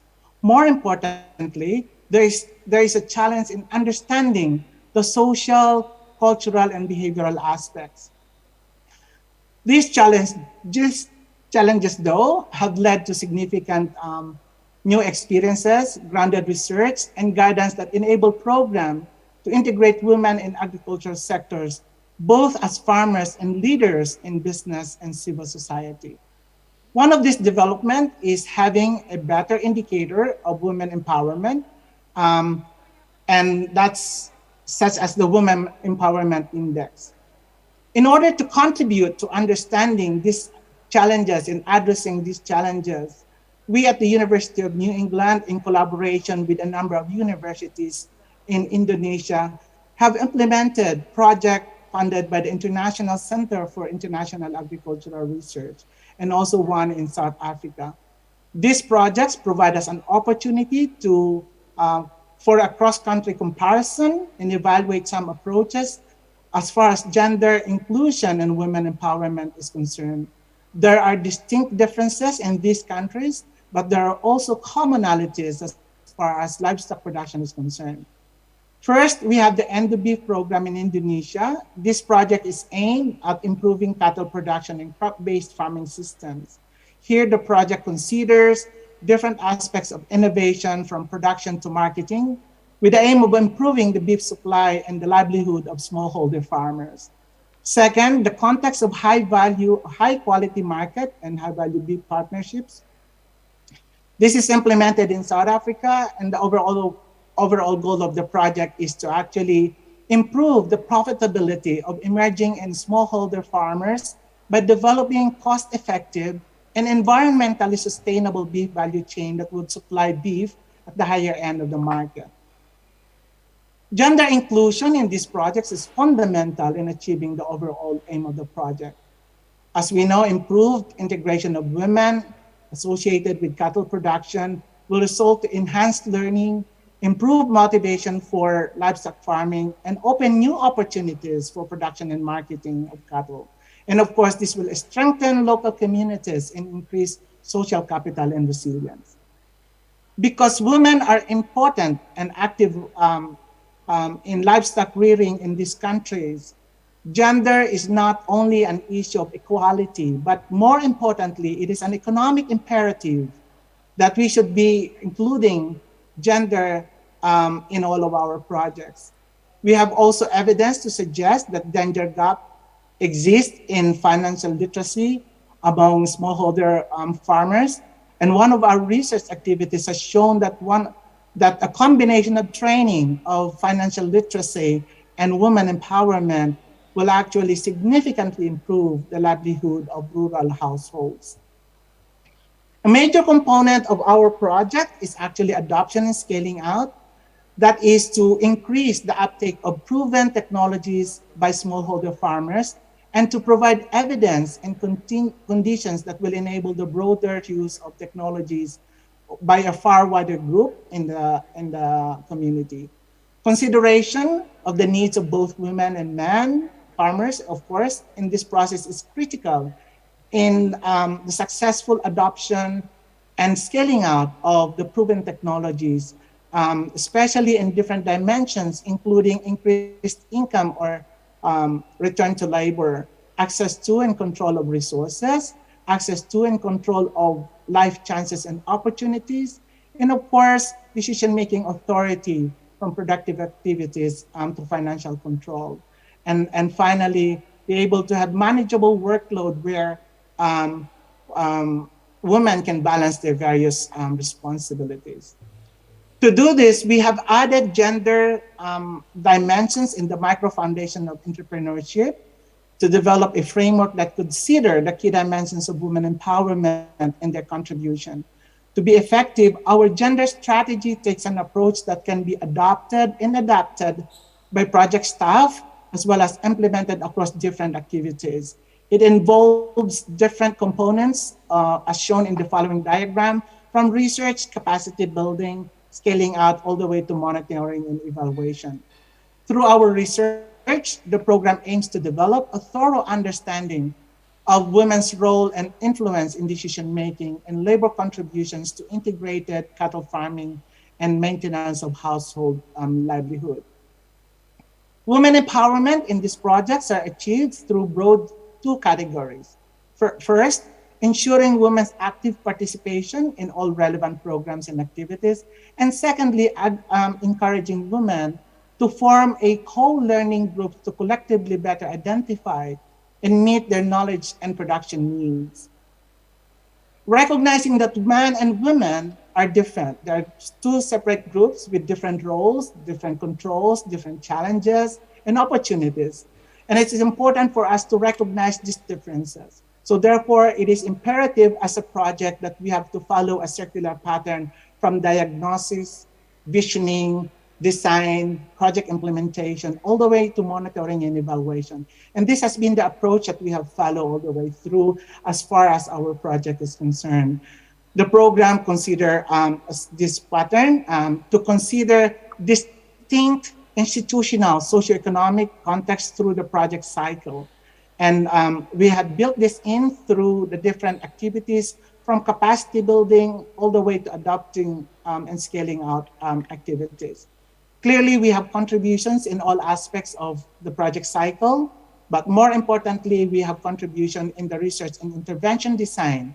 I will not be able to provide the details of the outcomes of each of the activities, but I would like to focus one of this particular activity, especially in diagnosis, whereby we've used qualitative and quantitative assessment using as a tool that has been developed, which is called the Women Empowerment Index.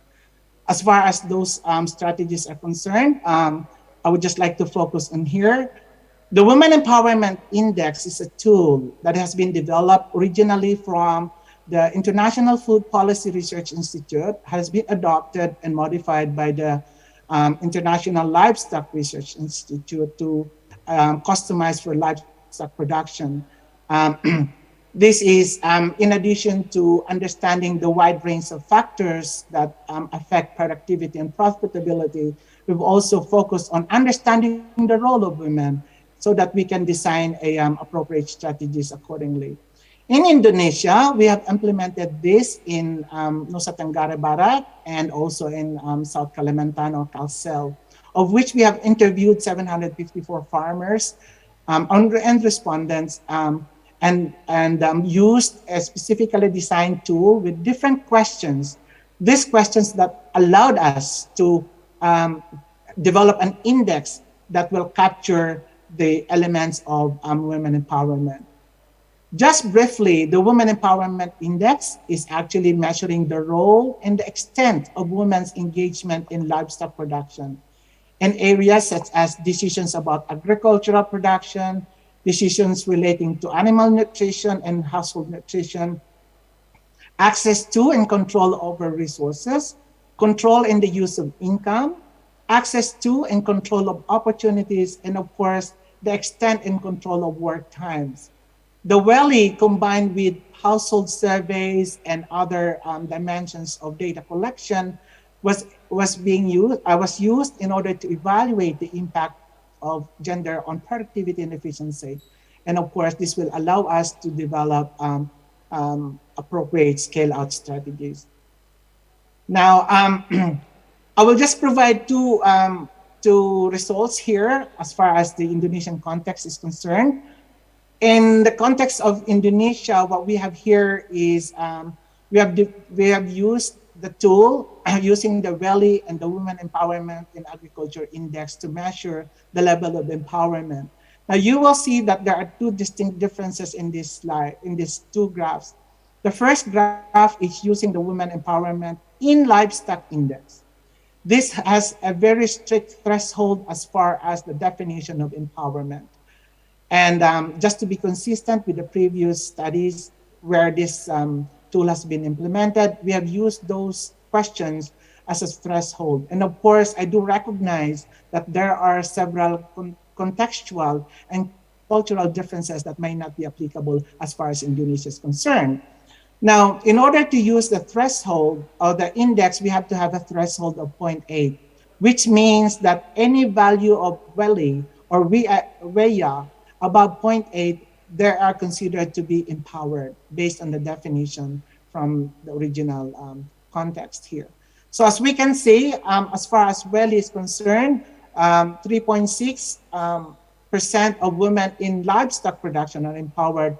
But if we do consider them on the broader agricultural context, that 34% of the sampled women are considered to be empowered. This is actually very much considered to be consistent with the findings in different countries, such as in Africa and South Asia. By the way, we are the first one to use this tool outside the African context, and this is the first one that is implemented in Indonesia. All right. We've also recognized that we wanted to dig deeper and understand what are the contributors of empowerment. And based on our data and sample data and analysis, the main contributor to Women Empowerment Index in livestock is basically in the control and use of income, access to control and control over resources, and extent on control of work time. This is expected because, as from the Indonesian context, mainly women have the control over household income and budgeting decisions. We have also evaluated the role of the Association of Women Empowerment as far as welfare is concerned, and we have used subjective and objective indicators of satisfaction and welfare, and we found a very strong correlation between those two, as what we would expect. The finding is actually consistent regardless of the context of how we say welfare or satisfaction is defined, be it on the current, be it on the previous experiences, or be it on what they would think in the next 5 years. The findings of this, of course, is actually quite important as we move forward in designing appropriate intervention strategies. All right, I would like to end my talk by highlighting some of the key insights here. The outcome of our project highlighted the importance of gender inclusion in research projects. Promoting women empowerment and gender equality is integral in improving the livelihood of smallholder farmers, and there is a need for a solid framework for operationalizing research activities, diagnosis, and intervention designs, and of course, in gender mainstreaming. Our results also underscore the importance of inter and multidisciplinary approach. This cannot be done by a single group alone. As we traverse from project design, development, and implementation, it is imperative that we consider gender aspects and have a more inclusive program and interventions. As we have heard from the previous speaker, an action research base is very important, multi-stakeholder. And clearly, our previous speaker has highlighted the role of higher education from the research, extension, and community services. That I could also say. We can deduce that for higher education, as gender equality is an issue of international, economic, and social importance, higher education plays a very important role in ensuring and enhancing educational outcomes. We can promote women's advancement in the private sector. We can provide capacity building and support to women to address the barriers that are faced by women in terms of their entrepreneurial activities. Of course, as a disciplined leaders in our own right, we know we can do more to make a difference. That's all what I have to say, and thank you very much for listening.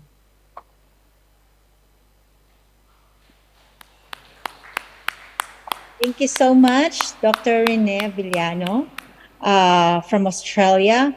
Your talk on the Women Empowerment Index is very interesting, and this might be a good a gateway to understand the behavior of women as we involve them in various industries and in research also. Thank you so much. So as we move now from the gender equality issue, we move to environment, to circular economy. So our next speaker is also a good friend of mine, and he is a lecturer of economics, just like Dr. Rene, at the National Economics University in Hanoi, Vietnam. And he's also a policy advisor for the Institute of Strategy and Policy on Natural Resources and Environment. He specializes on judgment and decision-making, ecosystem valuation, cost-benefit analysis, and circular economy. Dr. Nam also provides related trainings to government officials and a consultant to the government. He has worked with projects funded by international agencies such as Australian Award, Asian Development Bank, USAID, UNDP, and the International Foundation for Science.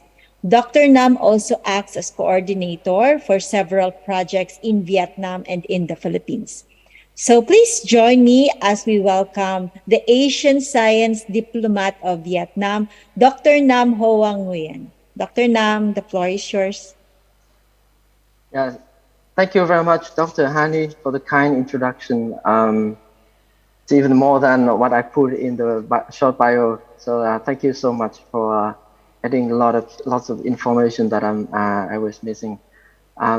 And thank you very much to the Universitat Semarang to inviting me to this very wonderful conference, and also the SAFE Network, Dr. Novi, for letting me join in this occasion, beautiful event.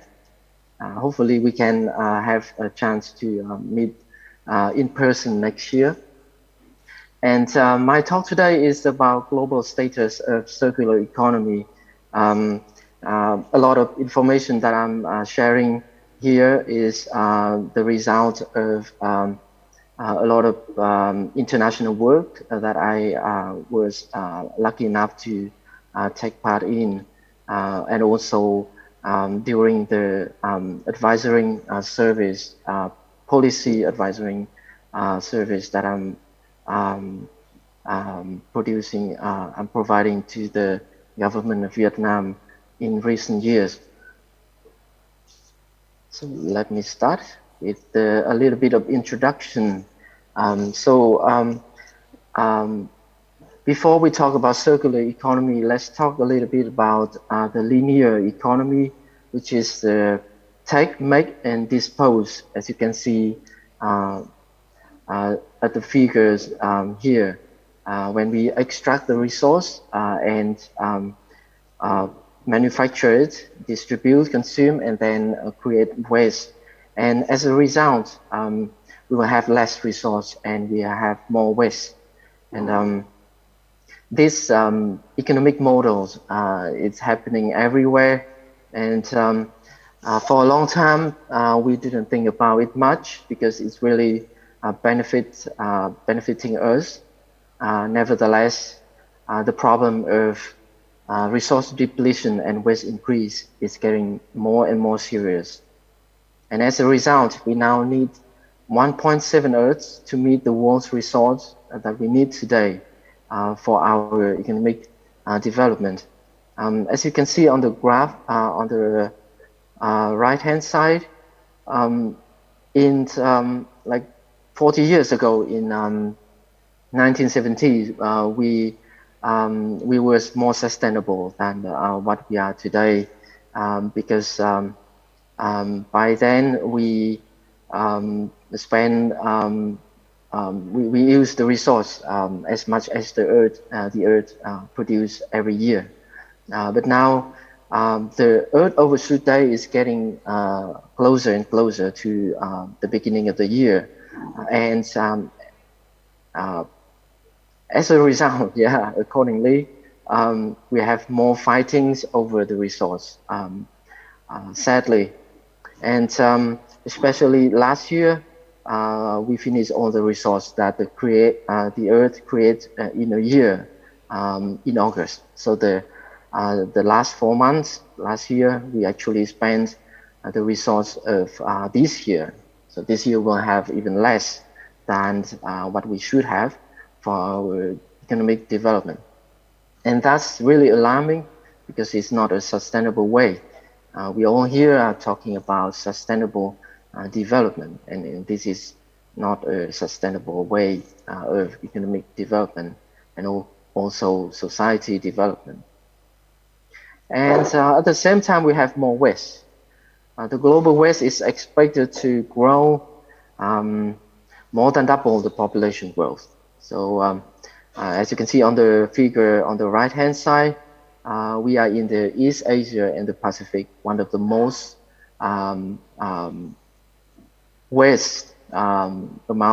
biggest amount of waste are created here. And it is predicted that by 2050, the total volume of plastic waste, in particular, discharged into the sea, will be more than the total volume of fishes. So if we go to the fish and catch, go to the sea and catch the fish, it's more likely that we'll catch plastic waste. And some ASEAN countries, including Indonesia, the Philippines, and Vietnam, Thailand as well, are among the world top in terms of mismanaged plastic waste to the ocean.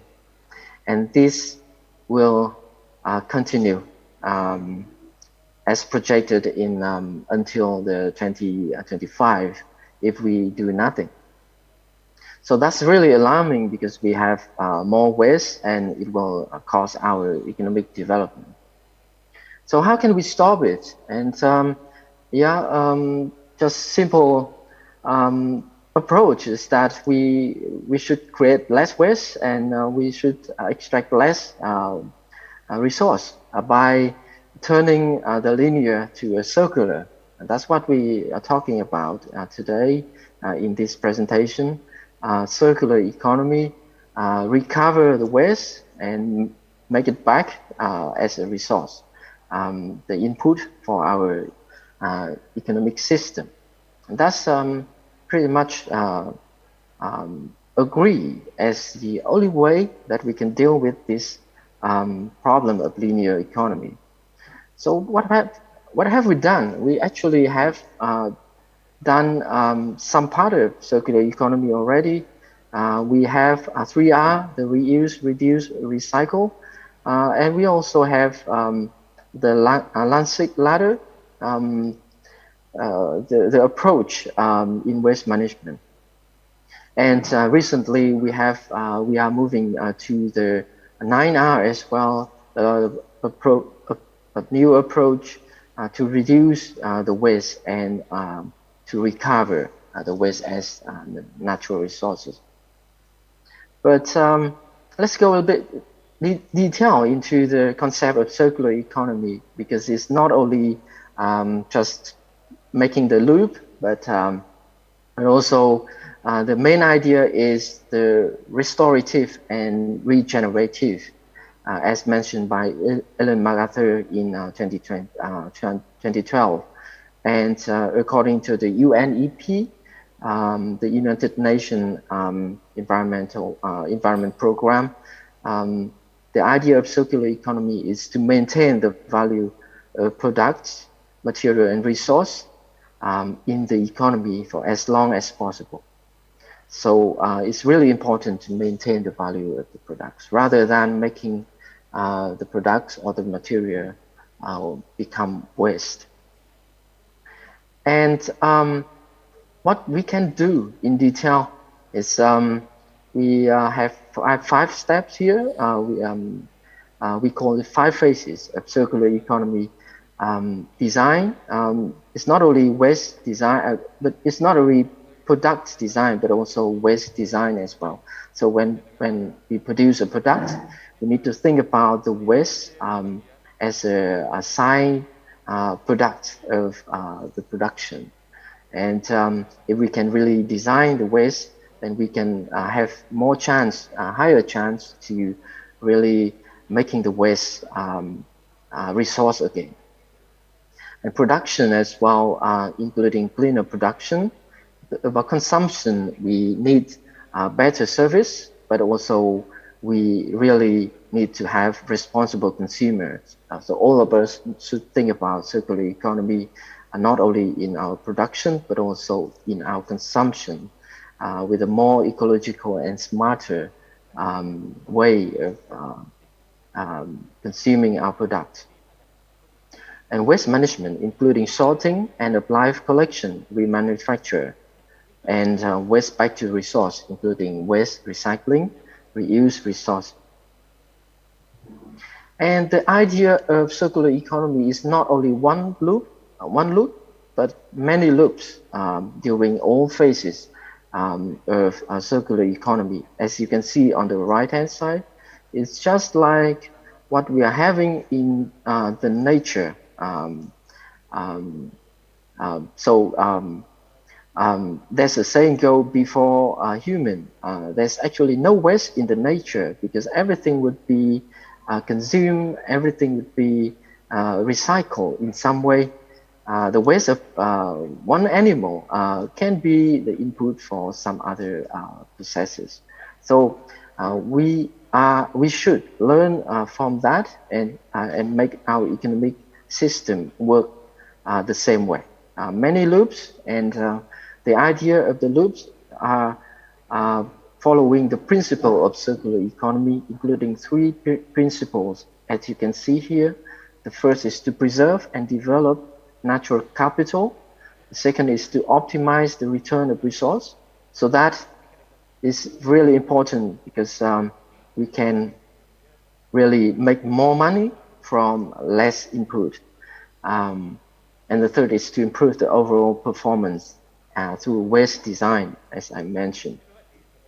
And circular economy is actually contribute significantly to the sustainable development goals that we know that we have 17 sustainable development goals, and the circular economy can have direct impact on more than 10, and of the total 17. If we talk about the specific targets, it is about 134 out of 169 specific targets, closely related to circular economy. So, circular economy can really contribute significantly to the target that we are all aiming at, that is sustainable development. It's a big contribution to it. And as you can see on the graph here, we actually have many other concepts related to circular economy and sustainable development, like green growth, green economy, Green New Deal. Even there's some rising concepts like blue economy, digital economy, and sharing economy as well. But all of them are unified in having us moving towards sustainable development. And circular economy is one of the main approach at the moment because of the context of exhausting resources and increasing waste. So that's why the transition has become a trend. And actually, the trend is bringing benefit to our economy as well, as estimated at global scale is about $4,500 billion from now to 2030. And in Europe, it can create 600 billion euros per year, and more jobs, 500,000 jobs, reduce greenhouse gas emission. And in the Australia of Dr. Renato is about 26 billion Australian dollars per year. And that's only just the estimation. And actually the number could be even more than that because at the moment today, we only have 9% of the global economy is circular. So if we have more, the room for improvement is really huge. And in supporting the transition, it is very necessary to talk about the policy development. All the dots, the green dots, are the countries with new and updated policy regarding circular economy. As you can see, it's happening worldwide. And in Southeast Asia, in our country, Indonesia, Philippines, Vietnam, Laos, and also in some African country, many of them have participants attending our conference here. Circular economy policies, the new ones are established and also updated. And let me go a little bit into the detail of the policy development. In Germany, already have the closed substance cycle waste management acts in the 19th 1996, and also the revised Act in 2012. But it's not the first country to have it. Here I only list some most noticeable countries like Germany and the Netherlands as well, with the Lansing ladder, a famous one in waste management, and also the government-wide program for a circular Dutch economy by 2050. In EU, in 2014, they intended to establish an action plan on waste management, but then they realized that the circular economy is more comprehensive approach. So they stop it and they replace it by the circular economy action plan in 2015. And after 5 years, they just recently released a new action plan in 2020. And together with that, we also have the Canada roadmap to zero plastic waste in 2025, and also Australia circular economy action plan in many states. And in Asia Pacific, we also have Japan in 2002, Korea in 2007, China in 2009, Malaysia zero single-use plastic waste roadmap in 2018, Singapore the year after, Thailand in 2020, Vietnam in 2020, and Indonesia as well, with many, I know that in Indonesia, more focus on waste management, but the approach is getting closer to circular economy. Hopefully there will be a national action plan on circular economy very soon. And just give an example of a policy development in Vietnam. When we talk about circular economy, it's not only the orientation toward redesign, recycling, resource circulation as the 5 phase of circular economy, but it will include a lot of other related works as well. For example, waste segregation at source, service charge for collecting transportation, like innovation for the service charge. It should be better to encourage people to reduce their waste and to increase the recyclable waste and also the recycling work. Also, extended producer responsibility, EPR is a very strong policy for circular economy.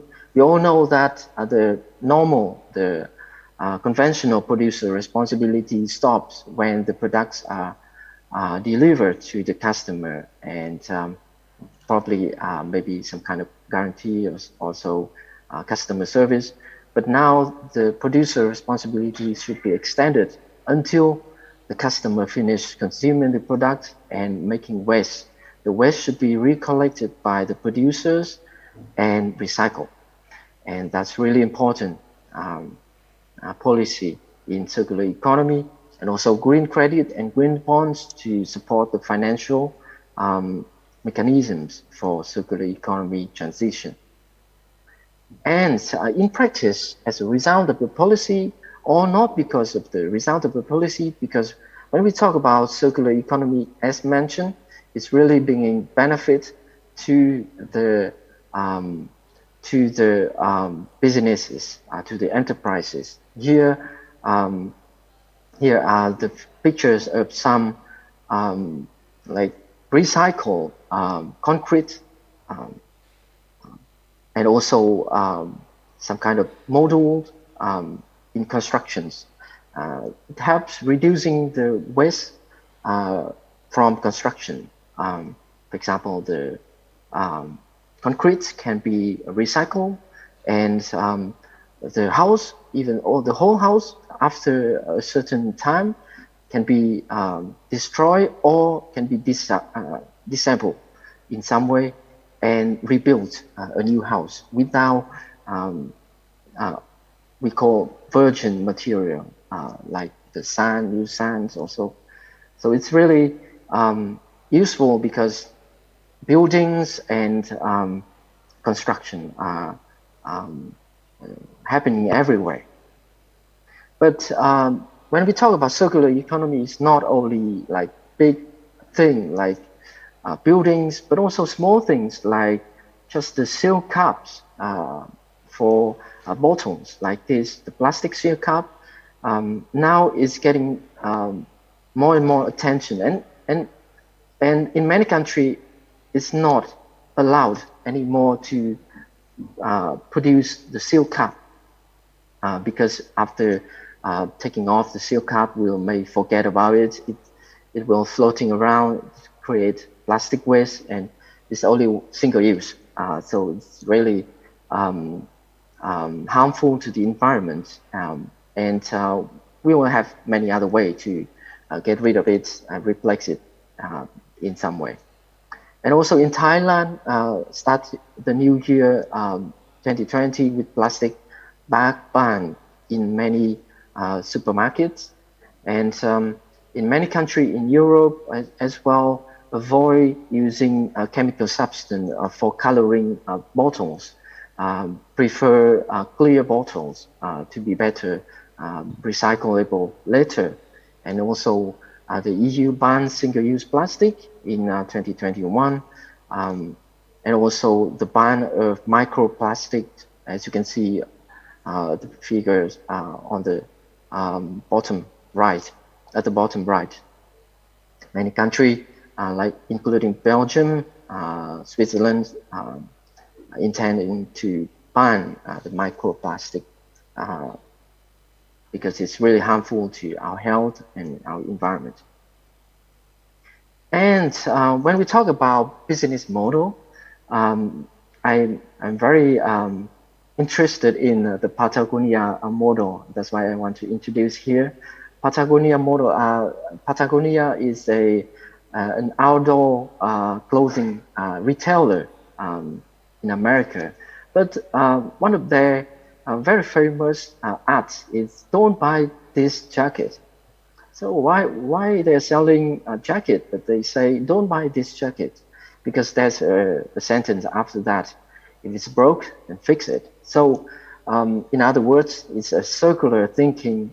Instead of making waste, we can fix our jacket, and Patagonia can help us to fix our jacket and recycle it, return it to the customer with better condition. So with this approach, Patagonia was ranked the first in the annual reputation study, Anxious Harris Poll 100. Patagonia at the top, higher than even some vaccine, COVID-19 vaccine producer like Moderna and Pfizer, and many other big companies, corporation as well.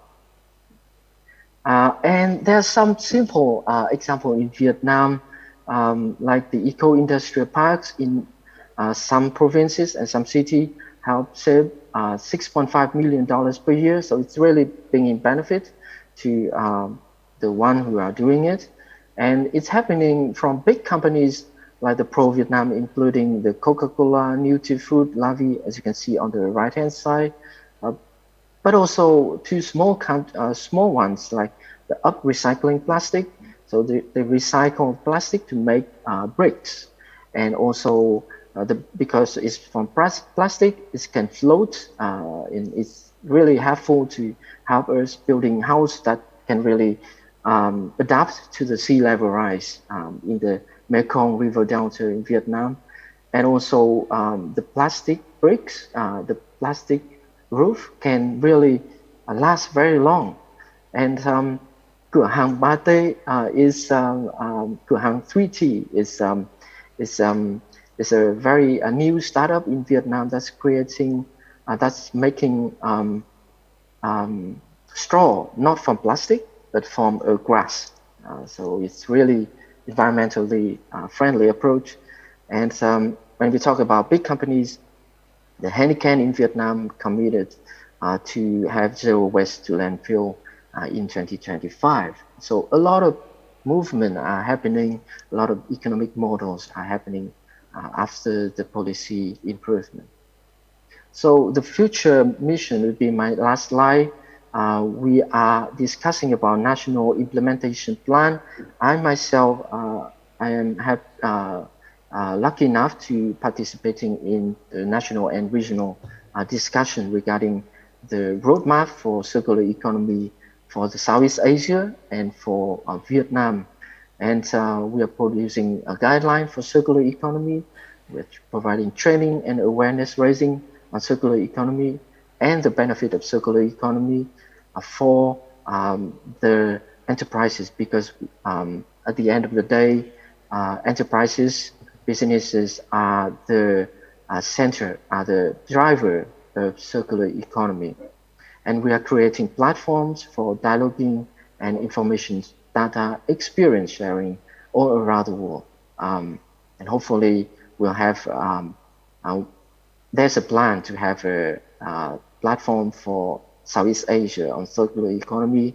Hopefully, it will be established very soon, so that we can have more discussion on this, more connection. And that is the end of some of my updates regarding circular economy all around the world. And this happening as a trend, and hopefully this information is useful for all of us. Thank you. Thank you, Dr. Nam, for this very informative presentation on the circular economy. And yeah, we don't want our children and grandchildren to catch plastic waste in this by 2050. So I think this is the kind of research innovation that Dr. Hadi has been mentioning a while ago on the kind of researches that we should do. It's more on restorative and regenerative research outputs, products and research outputs. Okay, so thank you very much, Dr. Nam. So let's move on now to the discussion, to the open forum.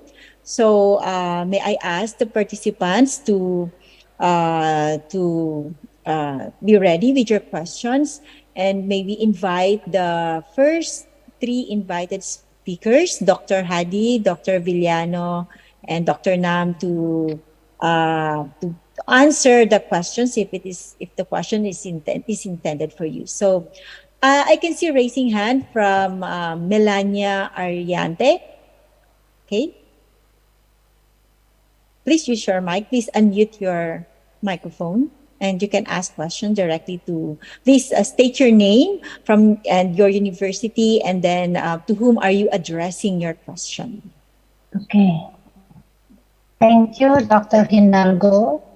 My name is Melania. I come from BRIN, from Banten Province. My question is for Dr. Villano from Australia. Okay. Okay.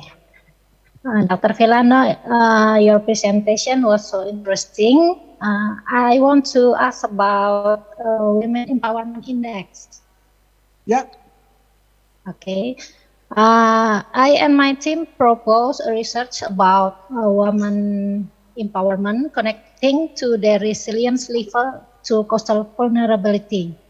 And we refer to general index. My question is, what are the crucial points that we need to modify to gain the aim of the study? Is there only the sample consisting women cluster, or do you have any suggestion for this proposal? Thank you for your response. Okay, thank you very much, Melania, for that question. So you are asking about the index. So if I could just provide a background about the Women Empowerment Index. There are actually different variations into this index. The first one, the original one, is you have a Women Empowerment in Agriculture Index. Yeah. Then there are variations depending on the industries and sectors. So we have the Women Empowerment in Livestock, Women Empowerment in Fisheries, Women Empowerment at the project level, and Women Empowerment at the chain level, right? So when you implement this, the design of the instrument are already customized based on the sector. Now, What we found in the context of Indonesia is the very strict, the threshold, because before we could identify the empowerment index, we need to identify a threshold.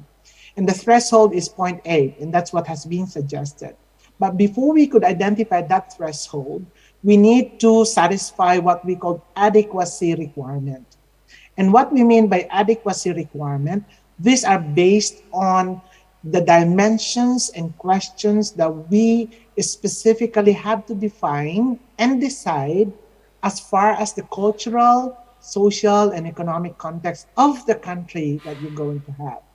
Now, the difficulty of that, though, is even within country, there are varying differences in terms of social cultural because of ethnicity and so on and so forth. So, which means there's no specific solid rule, what is required, but that is going to be decided upon where the area is going to be conducted. Let's say, for example, as I said during my presentation, that we were doing this also in South Africa.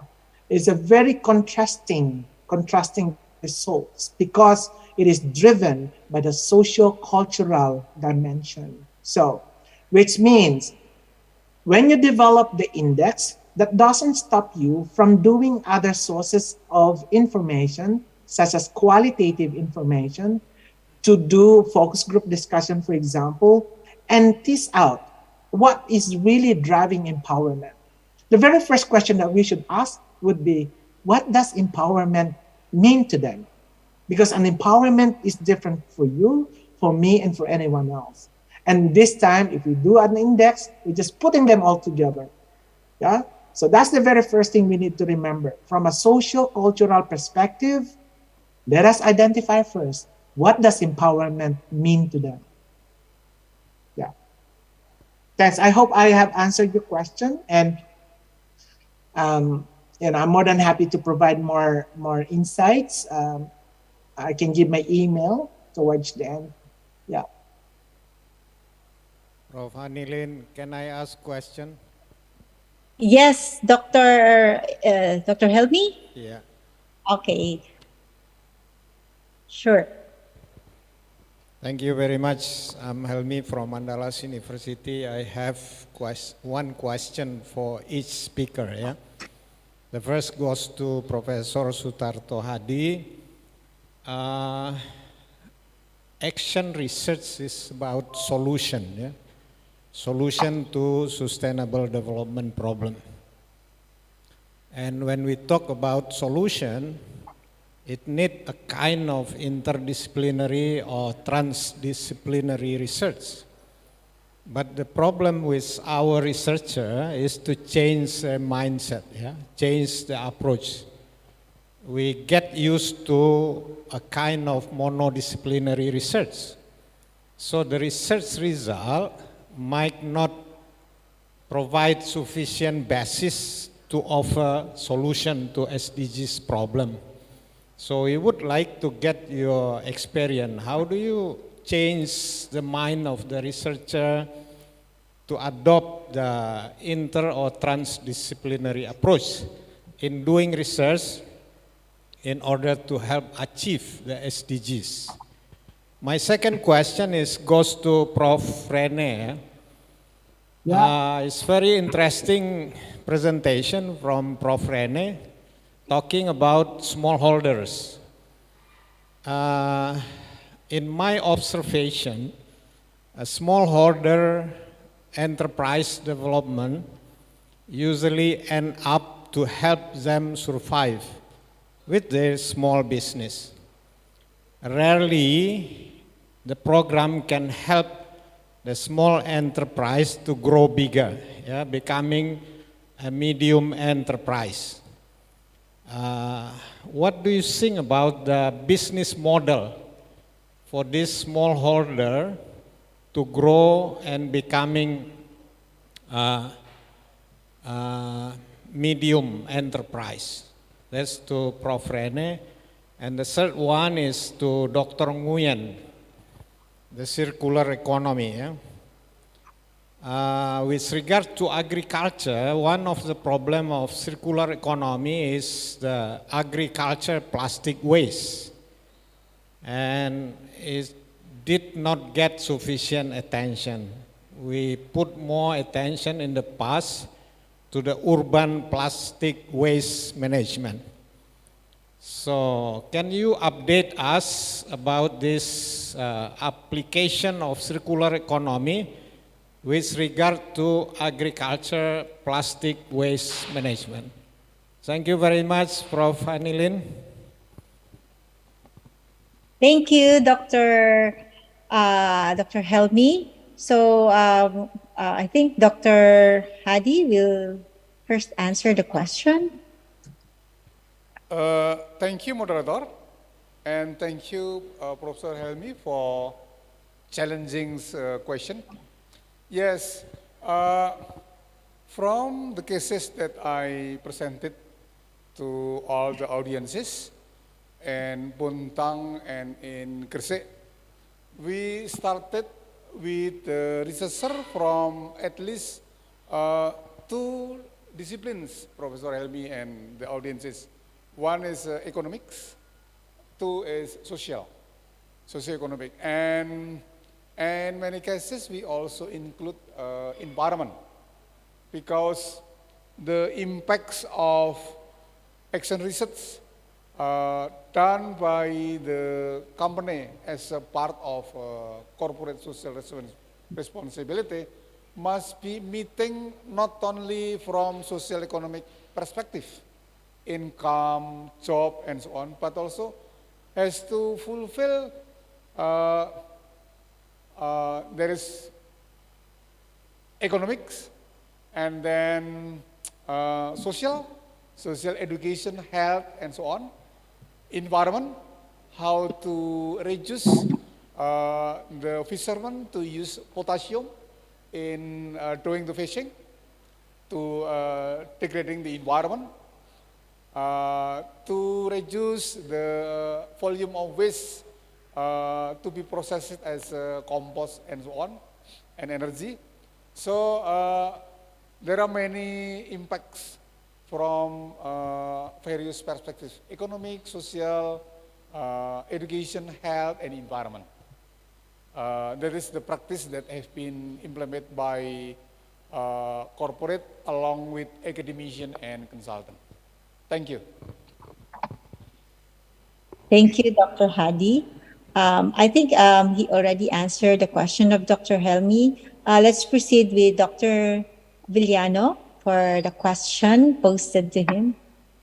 Okay, thank you very much, Dr. Hermi, for that very good question. In fact, I would have liked to answer the first question that was intended to Dr. Hadi. It was a very interesting one because that was one of the points that I have highlighted, the role of inter, multi, and transdisciplinary and meeting towards the SDG. So if I could just add on that. Your question is very relevant. As I have indicated in my presentation, the two case studies that I presented was basically targeting smallholder farmers. And that is basically to improve their profitability and productivity. And you put it precisely that the intention is actually just to improve their livelihood, just because of the context of the salient features of the smallholder farmers. Now, your question about what do I think to be a good business model for them to improve more towards into a medium enterprises. One evidence that we have we're trying to look at is actually the role of collaboration and innovation. We found in our study based in the Australian context is that when firms or farmers collaborate and innovate, their productivity are likely to improve as far as 63%. And so that is possibly a good business model that we could adopt for smallholder farming. But then, of course, that will require a lot of investment, a lot of coordinated efforts, and that will go through to the point that was asked in the previous question. It does not require a single group only. It is a coordinated effort, inter, multi, and transdisciplinary approach. So that's just my point, and I hope I have provided some insights, Dr. Herman. Thank you, Dr. Rene. So let's move to Dr. Nam on questions about agricultural plastic wastes. Yes, thank you, Dr. Professor Helmi, for the very nice question regarding agriculture. I have to say that I'm very happy when you mentioned about agriculture because within a limited time frame in my presentation, I didn't have much time to mention about agriculture. So good to have your question. Um, Agriculture is actually a very important economic sector in all of our country in Southeast Asia. So plastic waste in agriculture is also a big deal. And at the moment, the EPR, as I mentioned, is one of the most powerful policy for circular economy. It's also focusing on packaging, not only in agriculture, but packaging in agriculture is a big part of it. And that's one of the one of the solutions that we are having. For example, for the pesticide portal, the producer would have to recollect the bottle, not letting the farmers to putting the bottle everywhere, throwing the bottle everywhere after using it, and many other packaging as well. And also together with that, when we talk about agriculture and the plastic waste in agriculture, is happening in all parts of the all chains in the agriculture value chain, and it is very important to raise the awareness of the consumer regarding the plastic waste in agriculture as well, because as I mentioned, a smarter and more environmentally customers is also a very important part of circular economy. Since the customer will have their wise choice, they can really affect the choice of the producer in reducing the plastic contained in the agriculture products. For example, the packaging in agriculture products can be turning from plastic packaging to other more environmentally packaging. So that's the two things that I think I can think for now. There are many other things, many other tools, many other policy regarding the plastic waste agriculture. And I can give you get you update if you want. I can send you the report on that. Thank you. Dr. Hanilin, can I add for one more minute? Yes, Dr. Helmi, the floor is yours. Yeah, I would like to ask Dr. Nguyen, is it possible to impose the extended plastic producer responsibility in this case, They produce mulch in big quantity, they produce different kind of packaging for pesticide and so on. Then they got profit from selling all the plastic products. And the question is that they don't really contribute to manage the plastic waste in agriculture sector. So my question is it possible to impose extended producer responsibility in this case? What is your experience? Thank you very much. Thank you, Dr. Hami. Yes, the answer is yes. It is possible. Of course, it might be more difficult comparing applying extended producer responsibility in industry. In agriculture, it will be more complicated. It will need to be the system will need to be changed a little bit, or a lot in some country, in some region, but it is possible. And my experience in Vietnam is that a lot of packaging company in agriculture already taking part of the movement toward obeying the EPR policy in Vietnam, so that they can collect all the packaging and bottles back after the farmers use. Thank you. Okay. So are there any more questions from the audience, from the participants, offline or online? If you have, we can still have like 2 minutes for questions. If you are not confident to ask, then you can just type your question in the chat box and I will read it for them. Or if you want to directly ask them, you can raise your hand and we will acknowledge you. Okay? Okay. I think Agus Simatupang has raised his hand. Okay. You can now unmute your microphone. Okay, thank you, moderator. My name is Rintar Agus Matupang. I am from University of Papua at Manokwari, West Papua. The number of farmers continues to decline. So the main idea is how to strategy Y generation farmer, because the number of farmers continues decline and not productivity. Thank you very much. Okay, to whom are you addressing that question? Yes. To whom are you addressing your question? To Nam Huang Gwen and Rene Andrin Pilano. Thank you so much. Okay, Dr. Nam and Dr. Rin.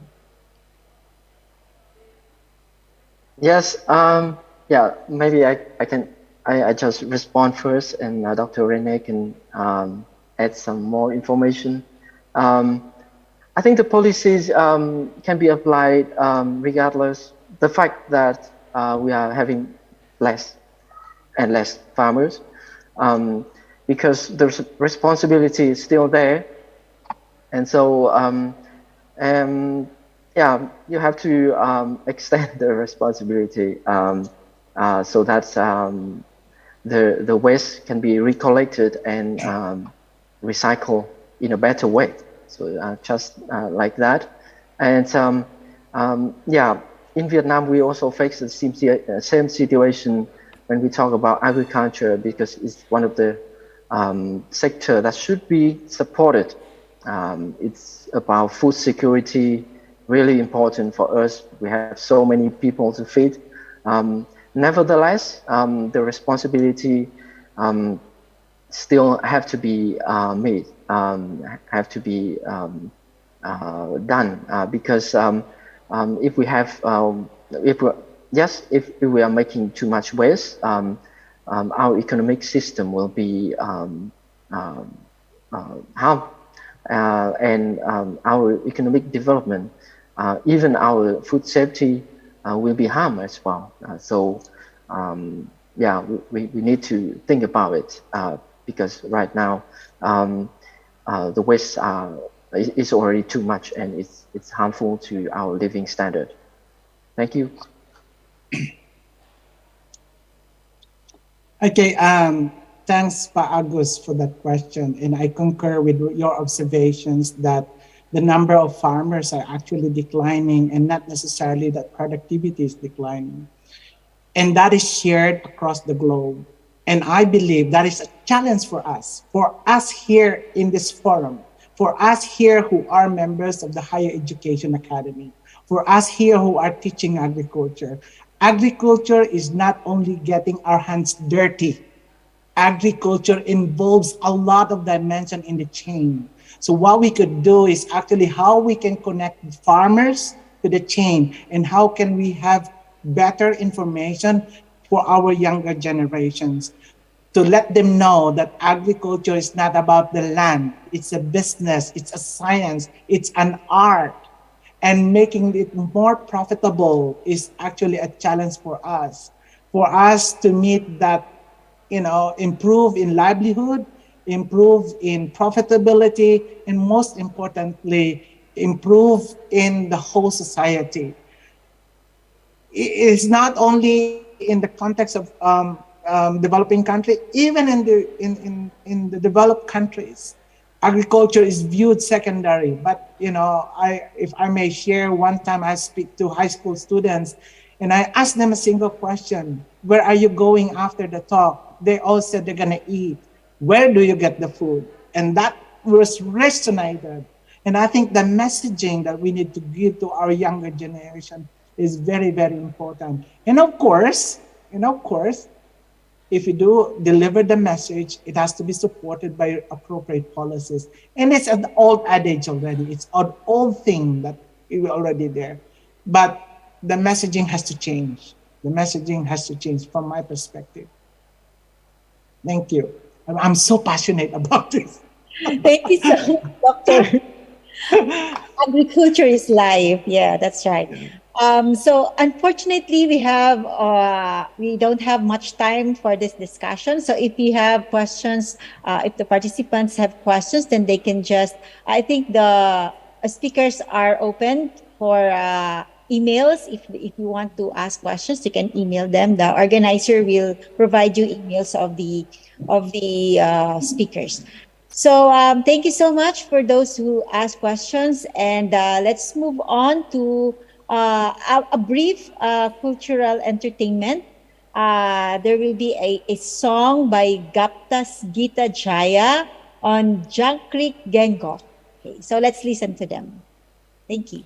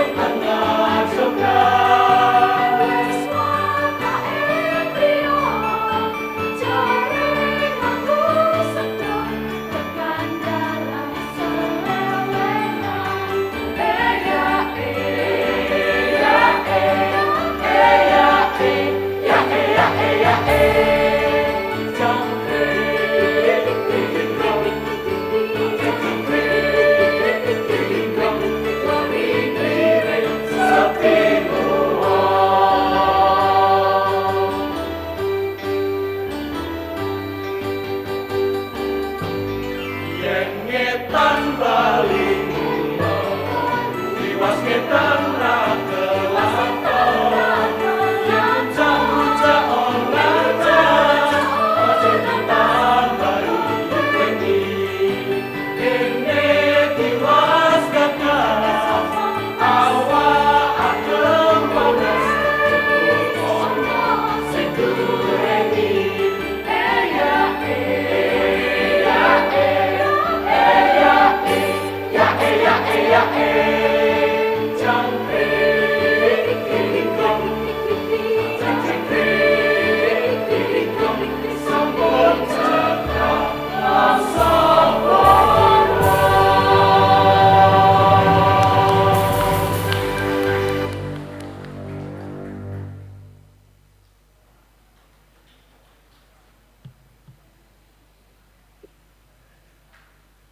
All right. Thank you so much for that song.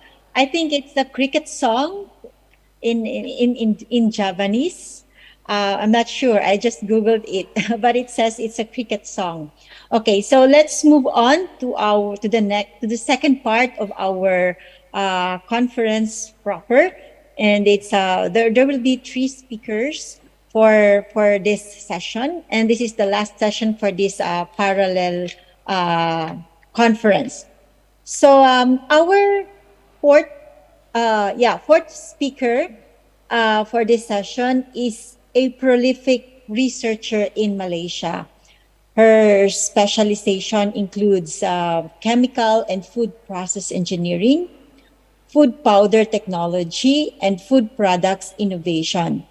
She received several awards for her research products on oil palm fruit powder and chewable moringa tablets.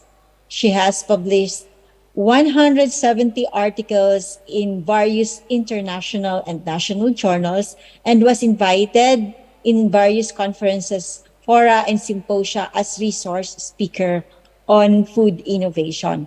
So allow me to welcome the Deputy Director of Halal Products Research Institute of University Putra, Malaysia. So please welcome Professor Dr. Yus Aniza Yusof. Dr. Yus. Thank you very much, Dr. Hanilin, for the kind introduction. Please allow me to share my screen.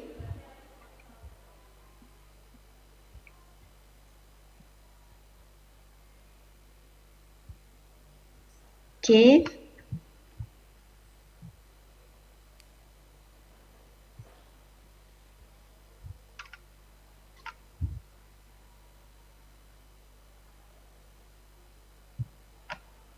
Okay. Okay. First of all, I would like to thank the organizer for inviting me to present the conference. Thanks to Professor Noviza from Safe Network, to the chairperson of the program, Dr. Engineer Rohadi, the director of Semarang University, Dr. Engineer Supari, and to a representative of the governor of Central Java, and also a warm thank you and greetings to all the invited speakers and ladies and gentlemen. So I will be presenting on sustainable consumption and production of food, which I'll be focusing on halal food.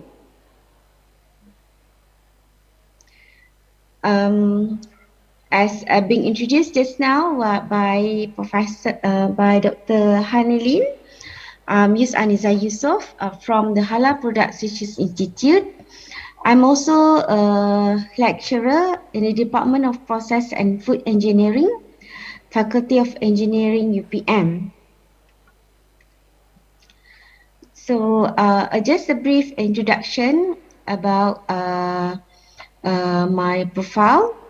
I was graduated from Imperial College London and a chartered chemical engineer from ICAM UK and a professional engineer by the Board of Engineers Malaysia, with some experience in the management for process and food engineering department, as well as in the laboratory of halal services.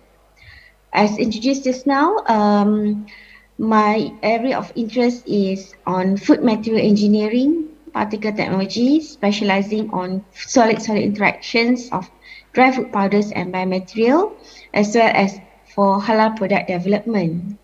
So my presentation today will cover on some introduction on Halal Product Research Institute, SDG 12, responsible consumption and production, what is sustainable food system, halal food, ritually unclean, halal market and issues, certification, conclusion and way forward.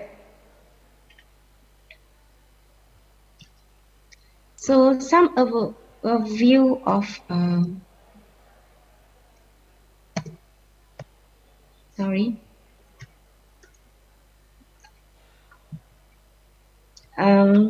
Sorry, my slide is not appearing here. Okay, so UPM is located in the peninsula of Malaysia. Sorry, yeah. Please allow me to reshare my slides as some of the photos is not here.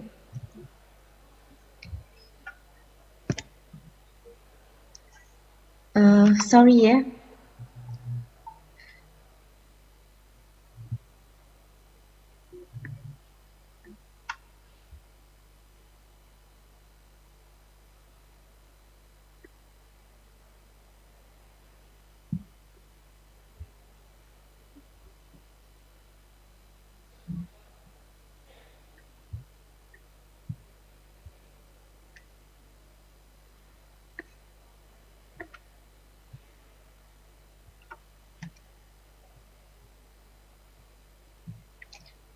Okay, sorry. So University Putra Malaysia is located in Selangor. It is about 20 minutes drive from Kuala Lumpur, and it's about 40 minutes drive from the Kuala Lumpur International Airport, KLIA. UPM has received 123rd rank in the world and being second in Malaysia from the QS World University Ranking. So this is our institute, the Halal Products Research Institute, which is located in the campus. And the institute is being supported by both scientists, the social science and the technical scientists, which covers the area of proteomics, food authenticity and traceability, molecular biotechnology, food science and technology, food engineering, sensor technology, halal logistics, halal consumerism, and halal slaughtering. So these are the areas. Perhaps if you may be interested to collaborate with us, we are looking forward to that.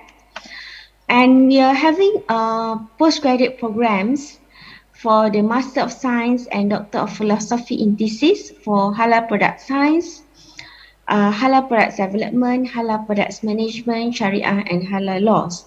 So basically, that are just some introduction on the institute. So when we talk about SDG 12,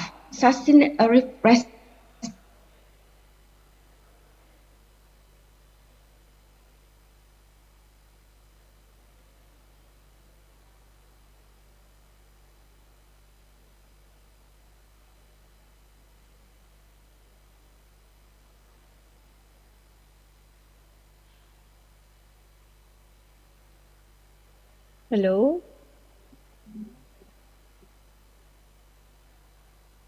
Dr. Yusuf?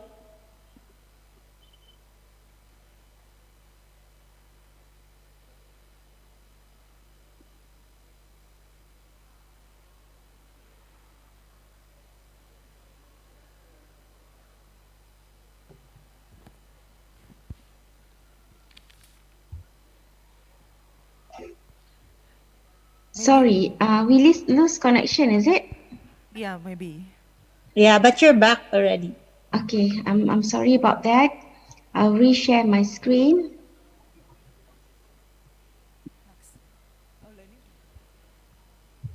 Okay, we are from the SDG 12, Responsible Consumption and Production.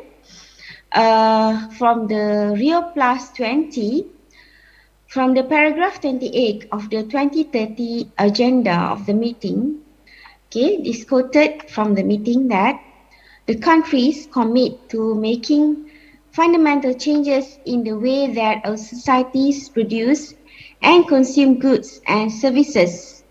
Government, international organizations, the business sector, and other non-state actors and individuals must contribute to changing unsustainable consumption and production patterns, including through the mobilization from all sources of financial and technical assistance to strengthen developing countries' scientific, technological, and innovative capacities to move towards more sustainable patterns of consumption and production.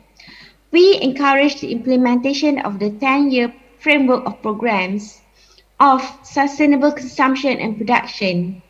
All countries take action, with developed countries taking the lead, taking into account the development and capabilities of developing countries.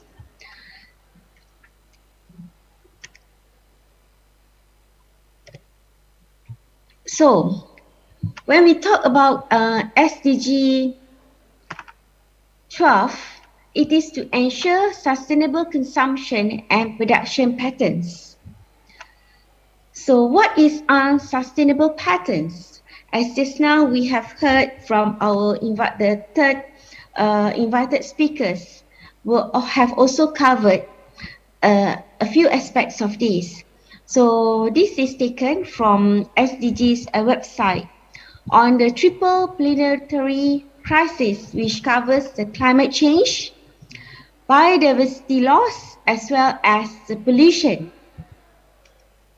So when we talk about food production, food consumption, for the SDG 12, there's too much food is being lost or wasted in every country every day. It covers about 13.3% of the world's food is lost after harvesting and before reaching retail markets. It's from harvesting, transportation, storage, as well as on the food processing. Then we have lost about 17% of the total food is wasted at the consumer level, which is at the house, grocery store, household, and restaurant. And according to the Food Agriculture Organization, FAO, of the United Nations UN, a sustainable food system is a food system that delivers food security and nutrition for all in such a way that the economic, social, and environmental basis to generate food security and nutrition for future generation, which includes the three elements of the economic, social, as well as the environmental sustainability. So, SDG in the context of halal food. When we talk about halal food, it covers both aspects, on the halal as well as the toyiban. Okay, halal means permissible based on Sharia rulings, which covers in terms of the religious, faith, and spiritual. Then toyib means in terms of good and wholesome, in terms of the quality, safety, hygienic, clean, nutritious, and authentic. This is more on the food safety aspect in terms of the halal food. So when we talk about halal food, we need to understand what is ritually unclean. This is an example of a pig and its derivatives.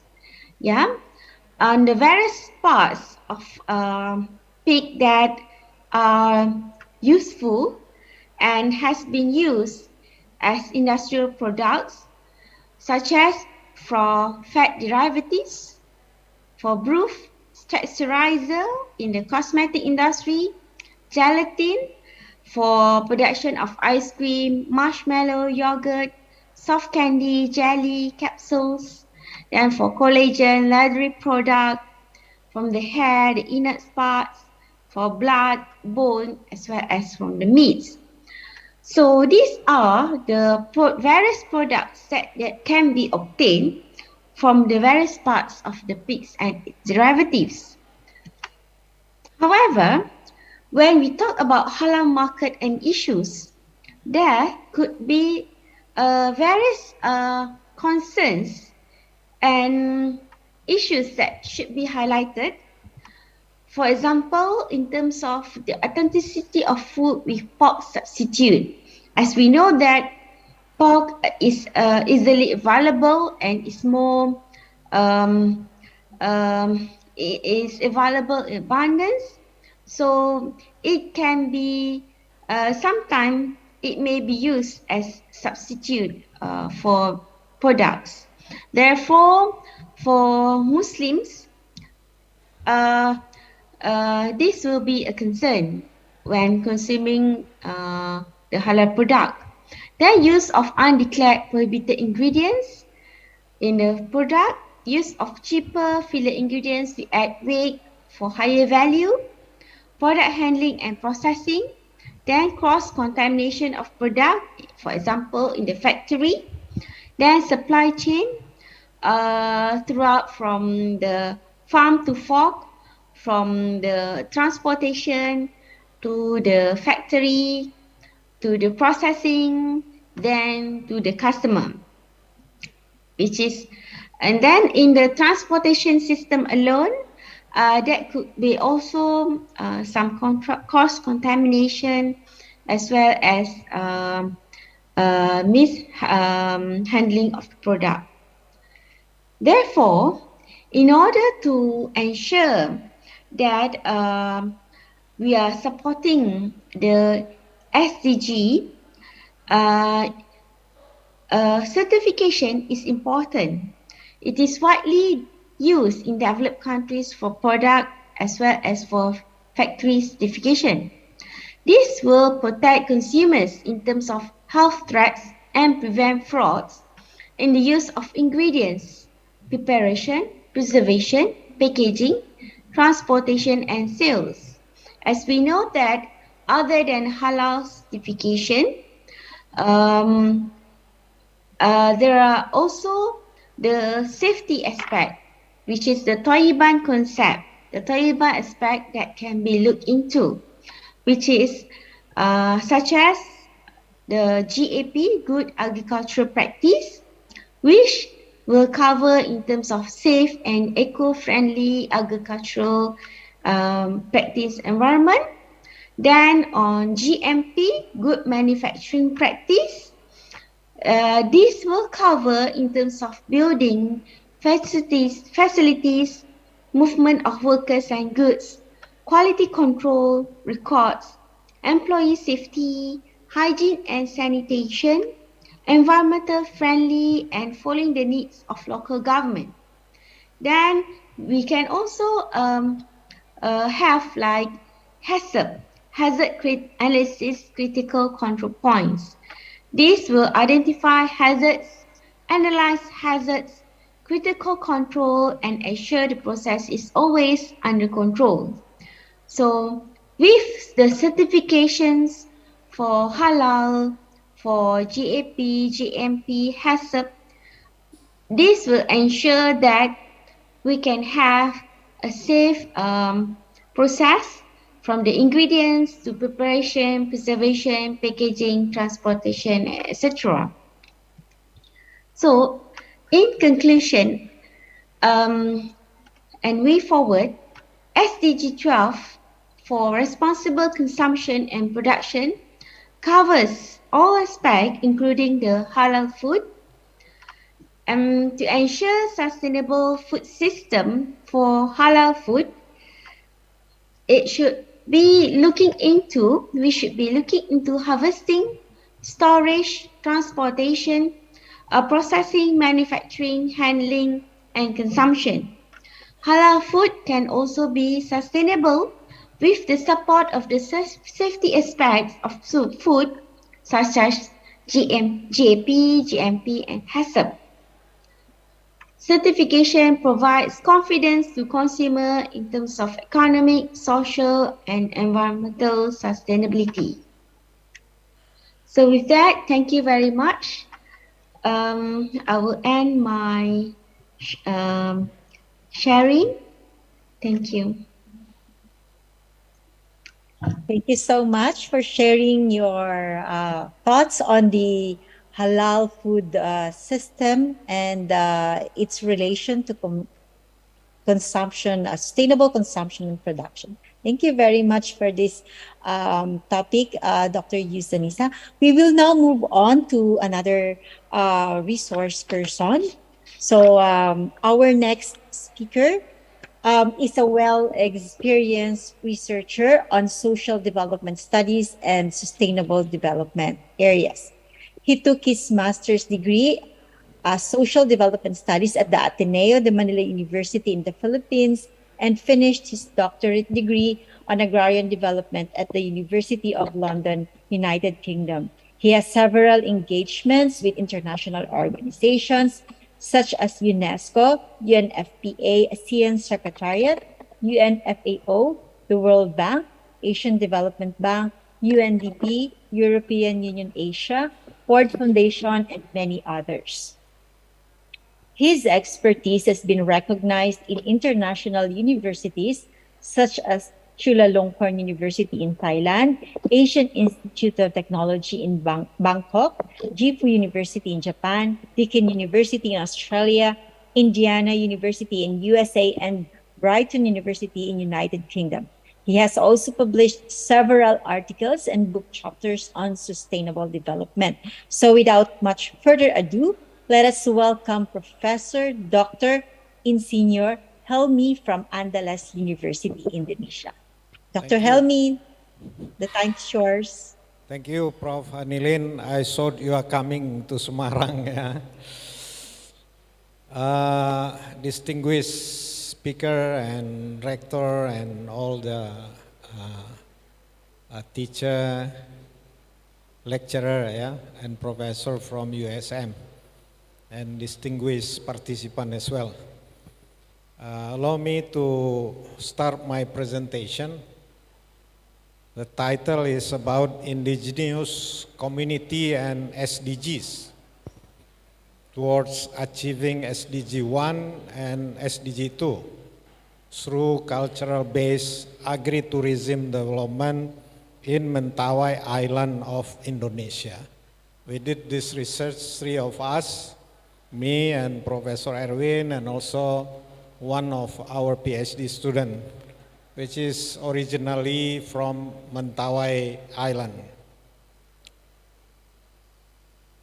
Ladies and gentlemen, this is the outline of my presentation. The first is introduction, second is Mentawai Island District location, brief information on history and culture, so you have a background about this research, linkage among cultural belief, ritual practices, and the Uma, it's a settlement area of the Mentawai people and agri-food system.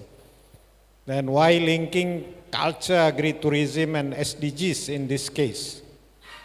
Bringing in community entrepreneurial aspect to support delivery of SDG 1 and SDG 2 in Mentawai, tentative framework for linking cultural-based agritourism development with delivery of SDG 1 and SDG 2. Then the last one is the role of higher education institution, which is university in this case, in supporting delivery of SDG 1 and SDG 2 in Mentawai Island District. And conclusion. So SDG 1 is about no poverty, how to eradicate poverty. And SDG 2 is about no hunger. Agriculture is part of the SDGs 2. Sufficient nutrition is also part of the SDGs 2. So we are going to discuss the two SDGs. Why is it important? Why this topic is important? The UN Declaration on SDGs, which previously has been said by the previous speakers, SDGs intended to ensure that no one or community or region left behind in terms of benefiting from development. And then Mentawai Island District is one of the districts in Indonesia which lag behind in development, and significant proportion of its population experiencing poverty. It's about more than 14%, and malnutrition is more than 19%. So it is about SDG 1 and SDG 2. If we observe Indonesia and other part of the world, there are quite a number of indigenous people. So this experience can also apply to other indigenous community in Indonesia as well as in other part of the world.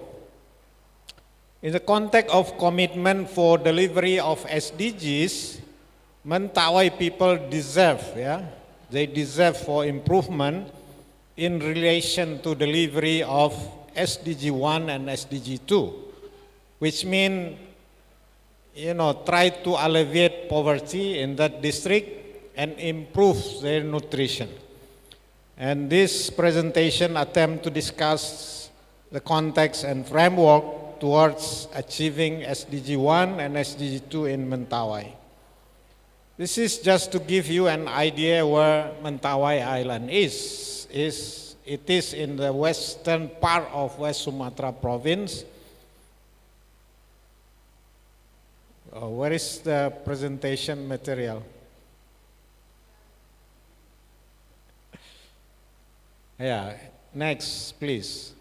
Yeah, this is the Mentawai Island, If you see the Mentawai Island is in the western part of Sumatra, in the upside part, you see Malaysia and Singapore, and it consists of a number of islands, Siberut, Sipora, North Pagai and South Pagai. This is the bigger island in Mentawai. The district is established quite new, 1999. It's about more than 6,000 kilometers, 70 island, with 4 major islands, coastal line about more than 1,400 kilometers, and 86,000 population. Traditional staple food are sago, cocoyam or taro, and banana. Rice came after the settlement program by the government. So the basic staple food is not rice initially, but now they depend on rice because the government introduced that rice is more prestigious than their own local food, and it's becoming problem now. And then the history and culture of the Mentawai people. There is no clear information about origin of Mentawai people, but it is predicted that Mentawai Island has inhabited since 3,000 to 2,000 years ago. Dutch government has arrived and controlled Mentawai since 1792. So you see, it's quite long time development already, but Mentawai people still lag behind, including to the district which is lag behind in Indonesia. And it has its unique culture called Arat Sabulungan, which is believe in everything in the nature have soul and attempt to live in harmony. So it's about sustainable nature, in the settlement area called Uma, and with a long house function as community center. This is next. This is the picture. So you have you can imagine how does it look like. So the settlement area and the agriculture resource surrounding the settlement area, the house, the sago, the banana, and the river, the forest, and so on. And it has a long house where community activities is centered, while the people themselves of the community living surround the big house. And if you come to Mentawai, they still not, in their ceremony, ritual ceremony, they use their own clothes, type of clothes. So this is the linkage. If you see the black, next please. Next. If you see the black round up, it is the value system. And down here, the green one, it is the agriculture and food system. The red one is the ritual activities, and the brown on the right is the settlement system.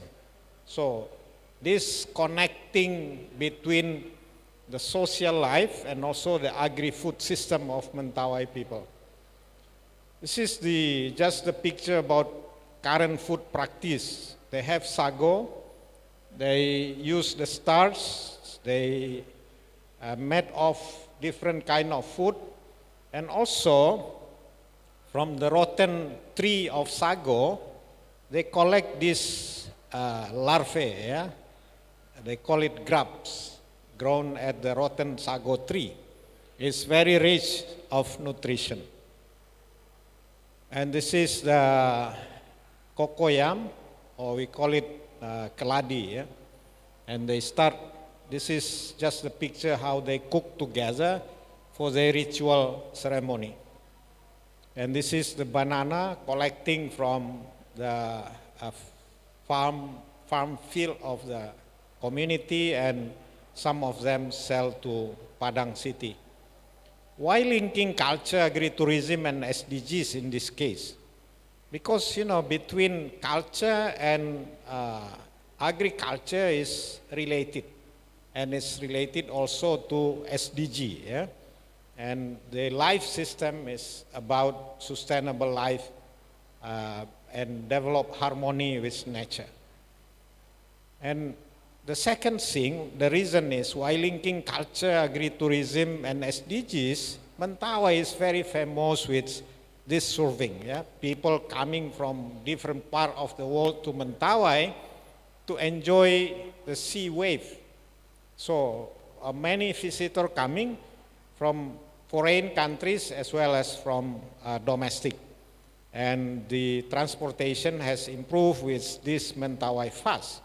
So tourism is something promising for Mentawai development in the future, include for the poverty and nutrition.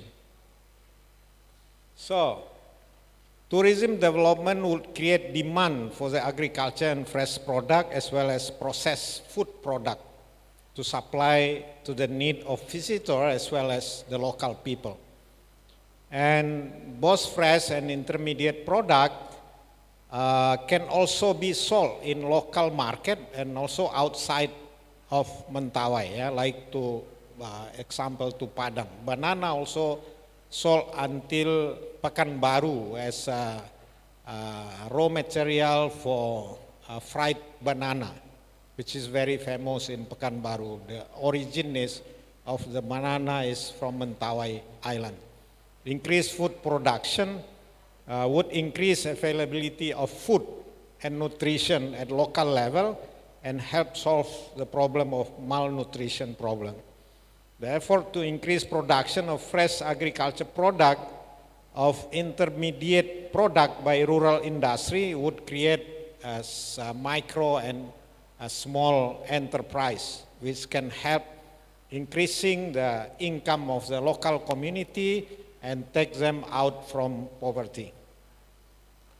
So it's need a kind of entrepreneurial aspect. Yeah? We need to address the community entrepreneurial aspect in this case to support delivery of SDG 1 and SDG 2. When you take a look, indigenous entrepreneurship is focused more to the survival of the local community. So they use innovation, different type of indigenous knowledge and technology for their survival. And the second one is rural entrepreneurship. Part of the agriculture product for consumption and part of it is for earning income.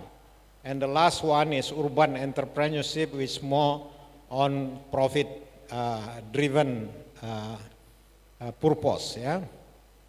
So if we need to improve the livelihood, take them out of the poverty, we need to transform the indigenous community entrepreneurship to be rural entrepreneurship, and the next,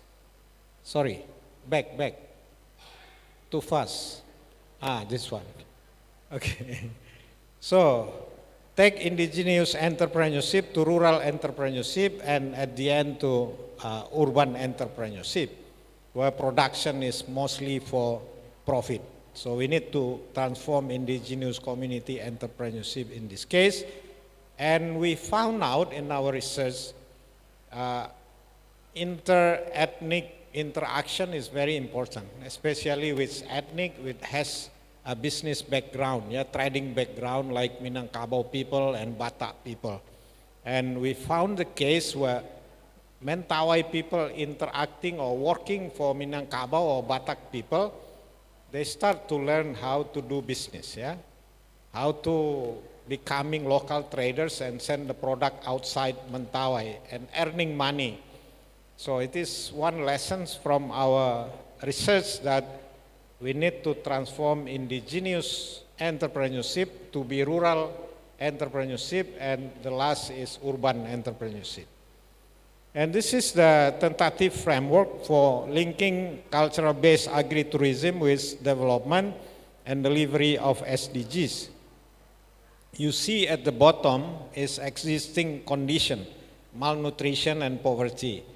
Go to the left side, create demand through tourism and rural industry, rural food industry or agriculture, small, micro and small, medium agriculture industries at rural level. And then by that you increase the agri-food production by improving the community entrepreneurship. And the next is the brown one, food and nutrition rural industry. This is the next step. And so it's make a better nutrition and income for the local people, for the Mentawai people. So it's SDG 1 and SDG 2 help solve the malnutrition and poverty. So this is what we offer, the framework from the research we did. Now, the last slide is the role of higher education. You know, we have the policy of education liberation, which is MBKM, So we can send students to instigate, to motivate the local people to transform from indigenous community entrepreneurship to be rural entrepreneurship and then move to urban entrepreneurship. And also higher education institution can do research by using various schemes available from DICTI and then help explain the phenomena for delivery of SDG 1 and SDG 2. Then application of innovation, we have also a scheme through a matching fund right now. So maybe you can propose later, or from USM also can propose this matching fund working with indigenous community in Central Java.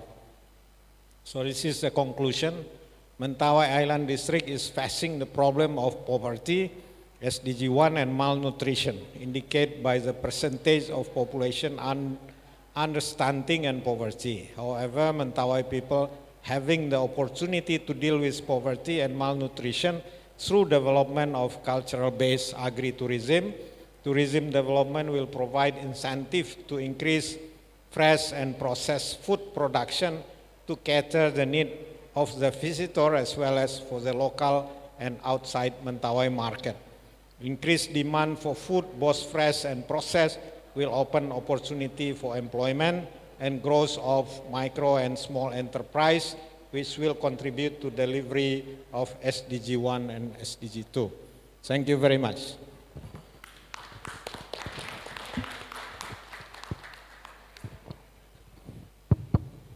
Wow, great presentation, Dr. Helmi. And so now we move to the last but not the least presenter. So our last speaker here, I think everybody knows him. He is very popular in Indonesia. I call him an academic celebrity because of his presence in a lot of national conferences, international conferences, fora, symposia, and sustainable development projects. He's a professor of agricultural product technology in Andalas University, Indonesia, and he worked a lot in areas of agricultural product technology, design process, bioenergy, product development, and life cycle assessment.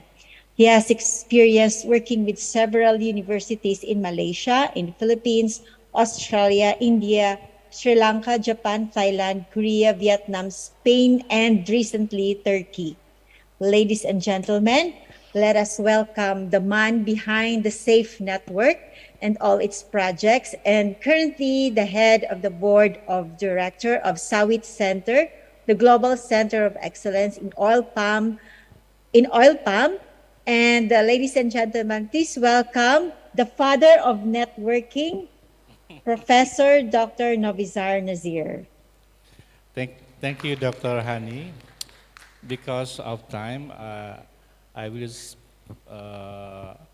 use only 3 minutes for presentation because it's already 12.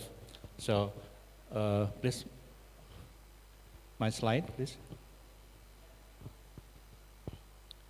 Yeah, I will talk about the role of higher education in transforming our world.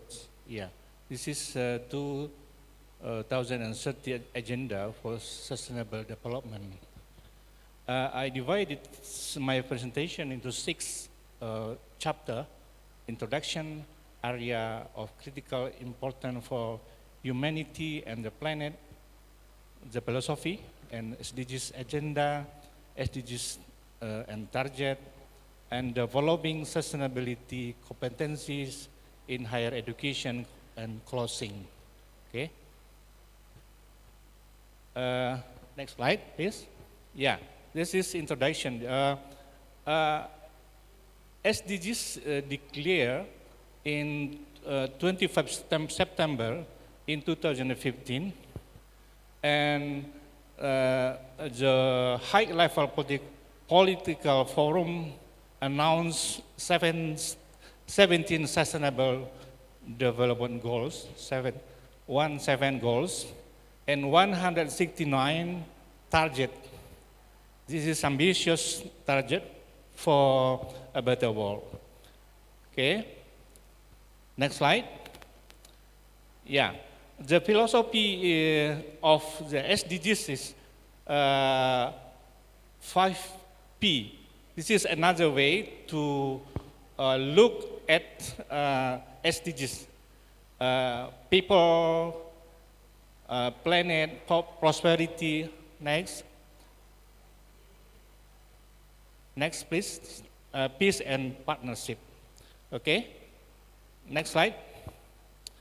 And the new goal and target will come into effect on 1 January 2016, and 17 SDGs with 169 associated targets, which are integrated and indivisible. Okay, this is the logo of 17 SDGs goals. Okay, next. Yeah, yeah. You can. I will share my presentation. This is the SDGs goals and targets. Goal 1 and target on right side. Next. Yeah. This is along. Yeah. Okay. Next. We can skip it. We cannot explain in detail. Next. Okay. Next. Yeah. Goal 8, goal 9. Okay. Yeah. Skip goal 13, goal 15, and goal 16 and goal 17. And the higher education, university have an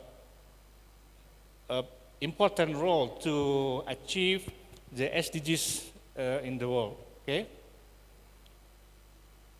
Next. Yeah. this is a paper on the role of higher education in SDGs development. Next. Yeah. Based on survey from 428 universities in the world, in 101 countries, conclude that none of 17 sustainable development goals can be achieved without contribution of higher education and research. Through research, university play an unique role in generating knowledge and innovation, and universities accelerate creation of new leaders and skilled professional generation, and higher education has a direct impact on the development of all nations. The 2030 Agenda for Sustainable Development cannot be realized without universities' partnership. This is important role of higher education in SDGs. Okay. Yeah. There are three challenges for higher education and SDGs. Next. Making higher education an integral part of the new agenda. Second one, next. Mobilizing higher education institution wide. Okay, next. Yeah, turning goal into action. This is three challenges. Okay, next. And how does your institution contribute to the SDGs? Yeah, higher education institution can actively contribute to achieve of SDGs through teaching, research, community engagement, non-academic services, and management practices. Okay? Okay? Yeah, this is the example of the role of higher education on SDGs. Okay? Next. Yeah. Now the ranking institution now have include the SDGs impact to the ranking of university. These are the best 10 of ranking university based on SDGs. Yeah. The first one is Western Sydney University and Arizona Western University and 10 Hokkaido University. Okay, next. Yeah, this is example that's the ranking system refer to the university publication, consistency and evidence which show the institution contributed to reach the SDGs. This is IPB Bogor. IPB is top 100 in the world on SDGs ranking, and number 7,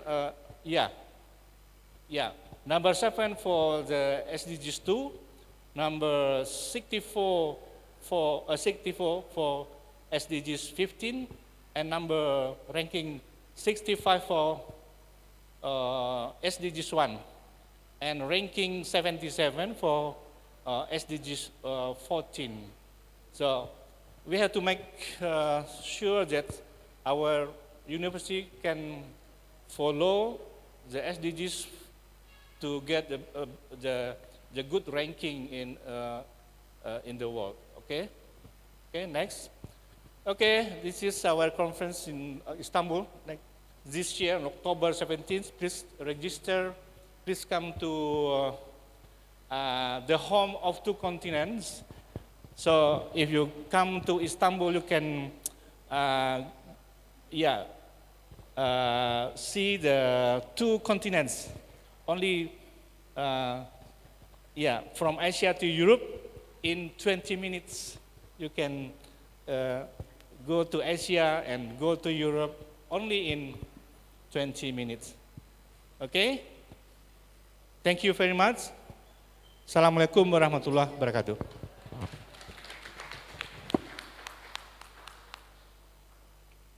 Thank you very much, Dr. Novi.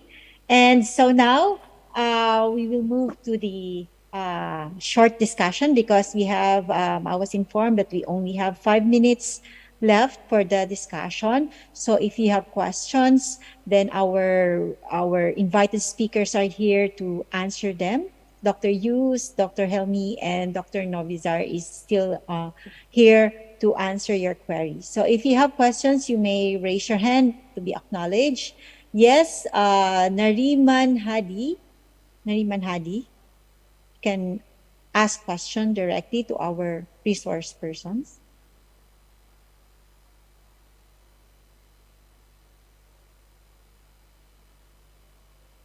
Please unmute your microphone. We can't hear you.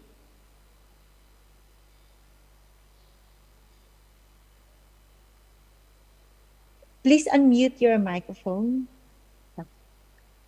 There is no sound yet.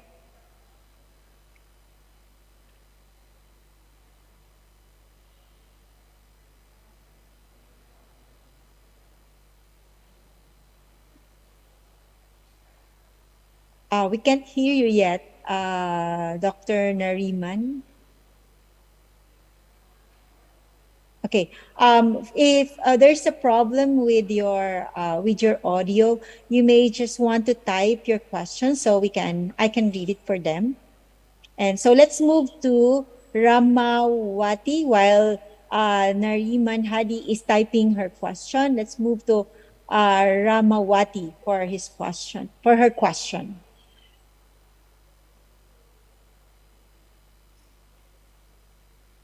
Oh yeah. Okay, thank you. Thank you, Miss Hannelin. I want to ask to Ibu Yus, Aniza Yusuf.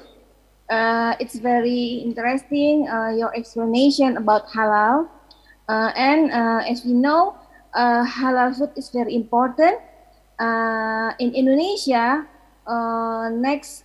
if I'm not wrong, since 223, every producer must have certified halal for the product. I want to know how about in Malaysia? Is there a regulation for all food industries or restaurants must have the halal certified? Thank you. Thank you, Ibu Ramawati. In Malaysia, it's still voluntary for halal certification. So it's a choice to the food premises, food product, or any product to apply for halal certification. Yeah, thank you. Thank you. Thank you. Thank you for your question. So I think Nariman Hadi will just have to send the question to the speaker because I was informed that we have to cut the time to give way to the session this afternoon. Okay. Thank you so much, Dr. Yus, Dr. Helmi, and Dr. Novi for your wonderful presentations. Those are very informative, and we realize this conference is a realization that we have a huge role of how we can help people help themselves. So we work hard, not just for ourselves, but we work to help our planet. So thank you very much and see you this afternoon. Thank you. Okay. Really. Thank you. Thank you so much, Miss Hani. Okay, please give big applause for Miss Hani here. Yeah, for very interactive sessions and all invited speakers that already transferred their knowledge. Well, ladies and gentlemen, offline and online, so now we are going to move to the photo sessions. So for online participant, please open the camera because the committee will take your picture here. And for the offline participants, all the invited speakers, please take photo in front of the stage and with the committee. Okay, first, and then after that, committee and all the participants. Okay, for Prof. Helmi, Prof. Nizar, Pak Rohadi, Ibu Dewi, Prof. Budi. Yeah, okay. And Pak Iswoyo, maybe we can take a picture together with the invited speaker. And for online, yeah, Prof. Budi and all the participants or the committee here. Yeah, please, because we don't have enough time. Sorry. Okay. Bu Dewi Sasi, all the moderator and the committee, please. Bu Nana, Bu Dekan. Yeah, in front of the stage. Yeah. Okay, yes. Pak Is, monggo. Bu Nana. Ya. Pak Bambang Kun, Pak Devi Angga, please. After this, with all the presenter, offline presenter here. Pak Bowo. Oh. Oke, Pak Bowo, Bu Tina, Bu Jatina, please. Di depannya apa di belakangnya? Ayo. Berat.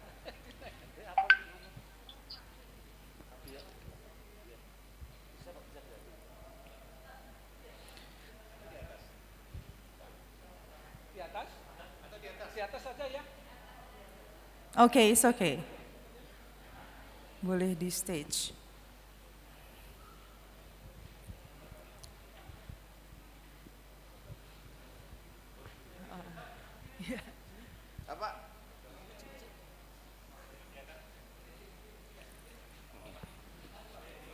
For online participant, please all the committee help to take a picture for online participants.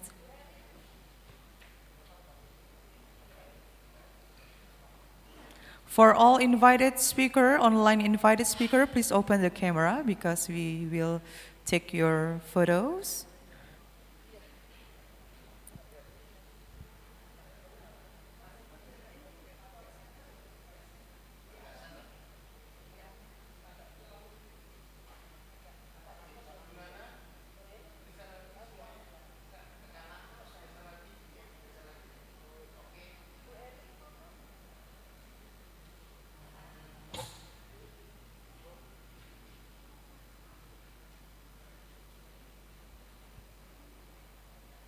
Okay? Okay, 1, 2, 3. For online participant and online invited speaker, please open your camera because the committee will take your picture there.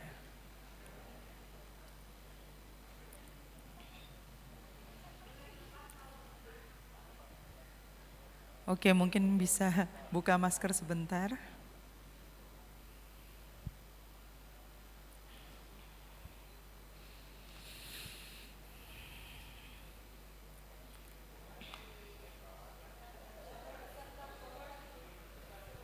Okay, so for all the participants, we can take the first photo sessions together with the invited speaker there. Ya, semua partisipan yang di sini, ini sesi foto pertama karena nanti setelah presentasi akan ada sesi foto kedua. Ya, silakan mungkin bisa touch up dulu boleh Bapak Ibu. Silakan Bapak Ibu semua peserta. Silakan. Ya, okay. We don't have enough time. We are in a rush now. Sorry. Okay. Okay, for online presenter and online invited speaker, the committee, please help me to take a picture.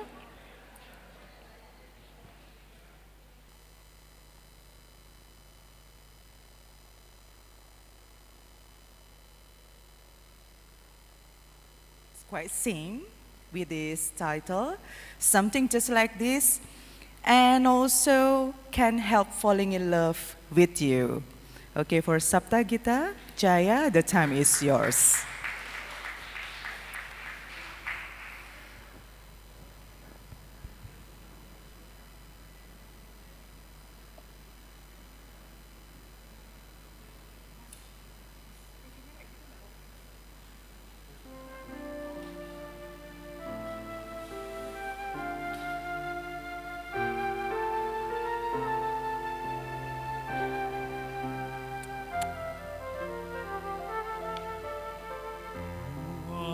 Wise men say Only fools are rushing, but I can't help falling in love with you.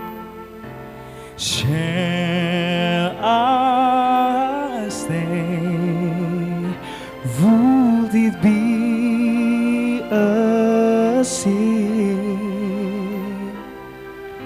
if I can help falling in love with you?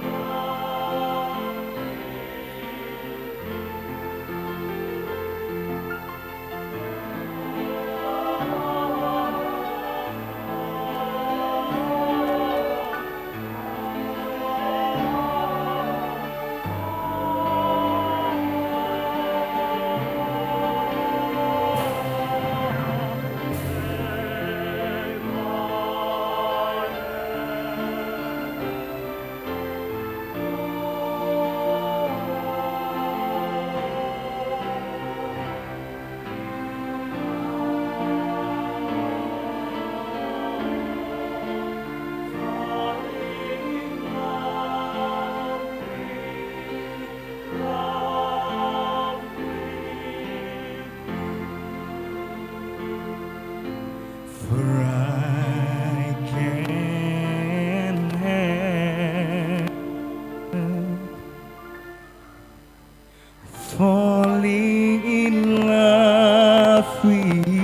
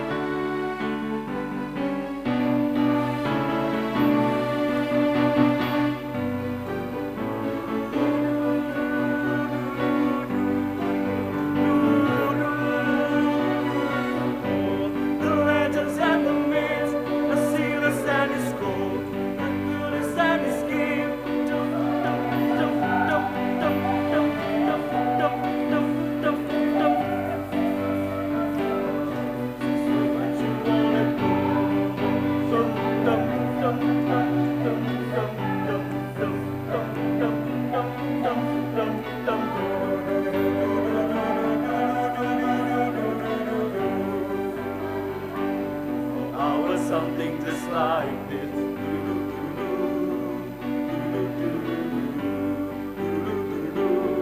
I was something just like this.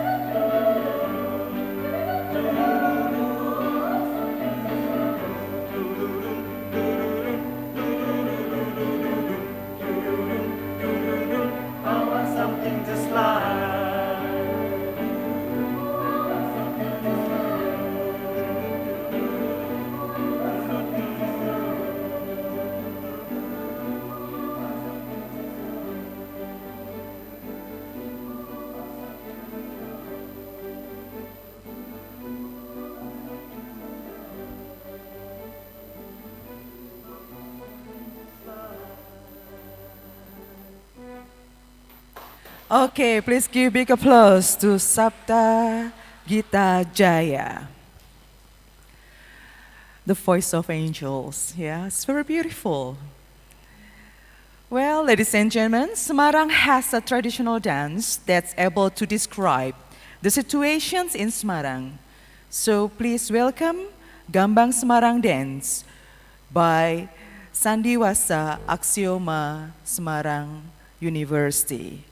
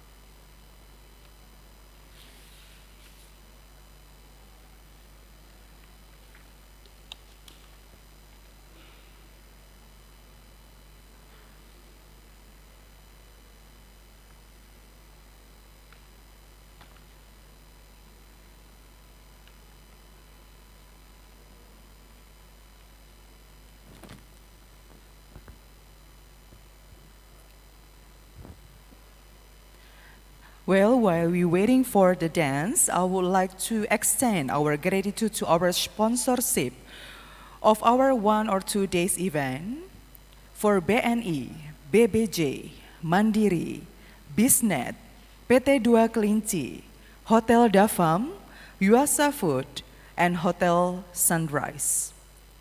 Because of your help, the event was turned a huge success. The event could not be been possible without your support. We look forward to your continued support in the future.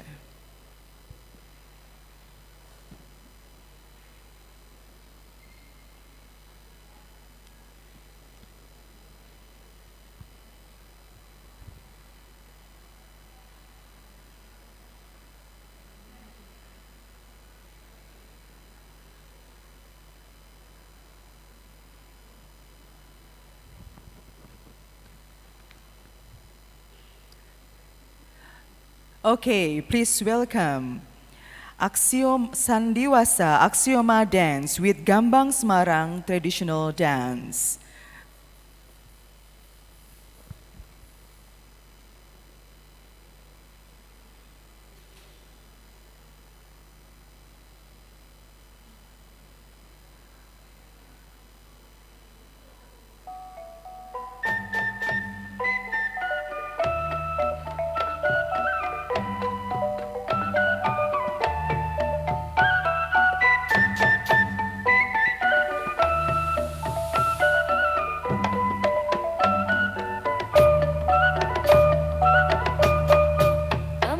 Penari kian kemari, jalan berlenggang aduh, langkah gayanya menurut suara irama gambang.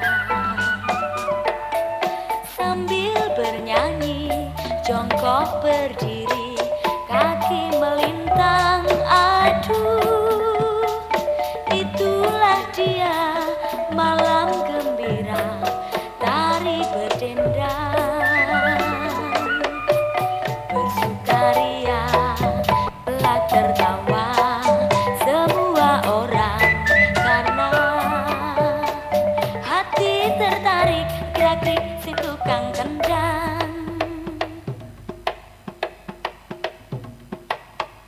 Empat penari membikin hati menjadi senang aduh, itulah dia malam gembira Gambang Semarang.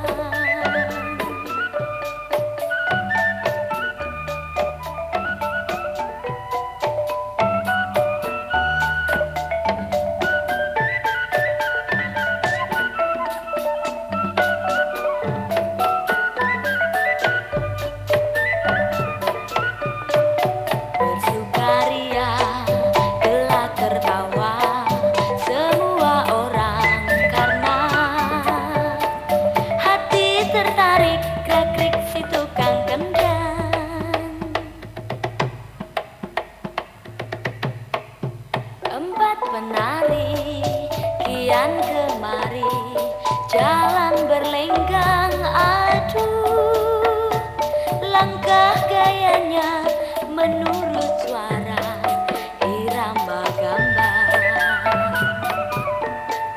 Sambil bernyanyi, jongkok berdiri, kaki melintang, aduh, itulah dia malam gembira, tari berdendang.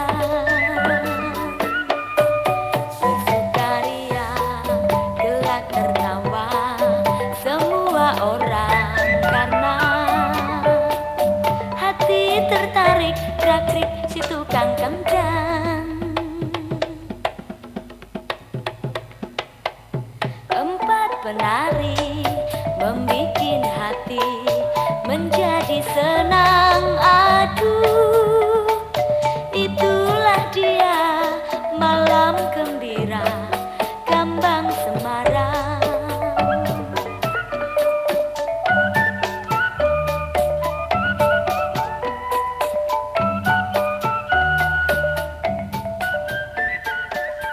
Okay, please give applause for Sandiwasa Aksioma Dance. Excellencies, participants, ladies and gentlemen, here we come to the last sessions. The last session is closing speech by the Dean of Agricultural Technology Faculty for Dr. Insinyur Haslina MSE. The floor is yours.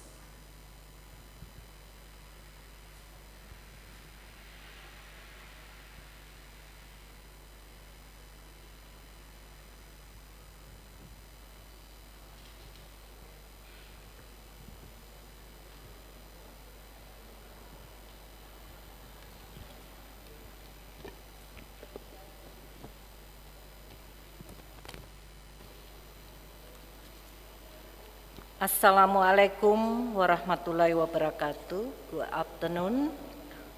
Dear speakers, participants and guests, we have finally come to the end of the first Semarang University SDGs International Conference program.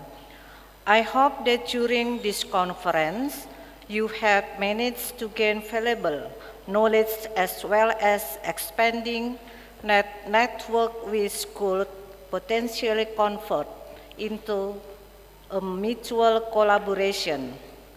I believe that during the conference, many of you have developed fruitful discussion on the research topic of your interest. To all speakers, participants, and guests, we open our hand and tightly for any collaboration with our university, which could contribute to make this world a better place, more peace, more understanding, more prosperity and empowerment for all mankind. Next, allow me to announce the Best Paper Award of the first Semarang University SDGs International Conference. To the names that I will call, please come to the stage. The best oral paper is awarded to Room 1, Ulyarti from Faculty of Agriculture, University of Jambi. Oh yes. Room 2, Dr. Sang Ayumade Putri Suryani from Faculty of Agriculture, Warmadewa University. Room 3, K. Komalawati from BPTP of Central Java. Room 4, Agus Susatya from Department of Forestry, Bengkulu University. Room 5, Imam Sukaisi Sitanggang from IPB University. Room 6, Christopher Anthony Surya Dharma from Satya Wacana Christian University. From, Room 7, MH Arianti, from National Research and Innovation Agency, BRIN. Room 8, Asputia Damayanti, from Indonesia University. And the best poster is awarded to AA Sagung Putri Risa Andriani from Faculty of Agriculture, Warmadewa University. Congratulations to all the awardees. I would also like to thank all the committee members for organizing this conference and ensuring that it proceeded smoothly. I would also like to apologize for any inconvenience that you might experience during this conference. Finally, on behalf of Semarang University, I would like to say thank you for your participation in this conference. I hope you enjoy your stay, and I hope to see you again in our second conference next year. And we thank you very much for the prayers and support from all parties, and apologies for the imperfection of the implementation. May Allah Subhanahu wa Ta'ala always bless and guide our step. Amin. Thank you. Wassalamualaikum warahmatullahi wabarakatuh. Waalaikumsalam warahmatullahi wabarakatuh. Okay, for the best presenter from each room, maybe you can go in front of the stage. Okay, please go in front of the stage. For the best presenter in each room. Okay, that's good.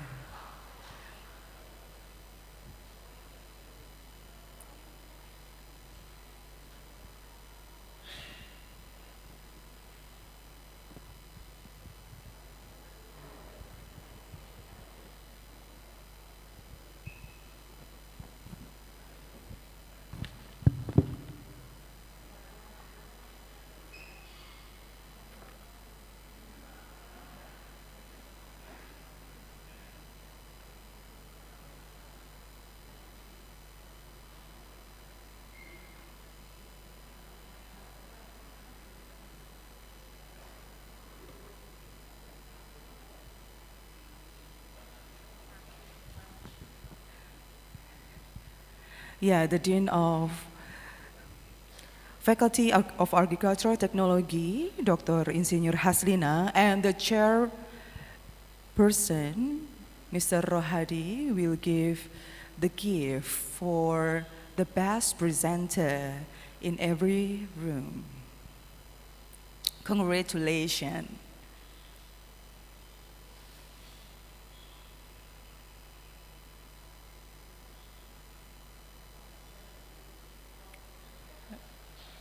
Okay, you can.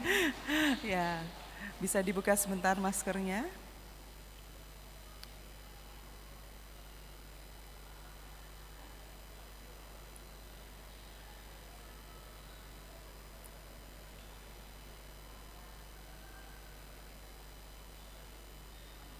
Pak Rohadi, you can join for the photo session. Okay, once more.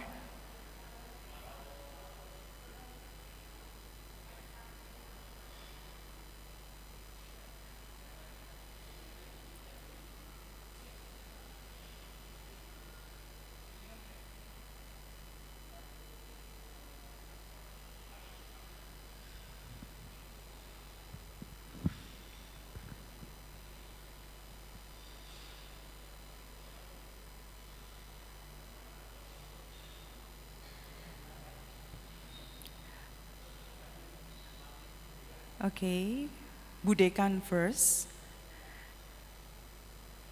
for best participants. best presenter from room 1. Okay, that's good. Yeah, Mr. Rohadi is okay. From the best presenter from room 2.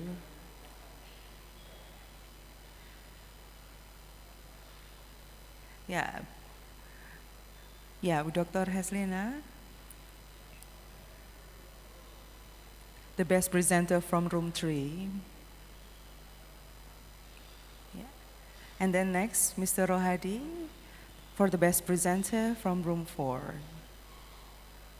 And the last, Bu Dekan. Okay, for the best poster, we will send the gift. Okay. Okay, thank you very much. You can have a seat. Mau foto lagi? Oh, kirain tag. Nggak apa-apa, Pak.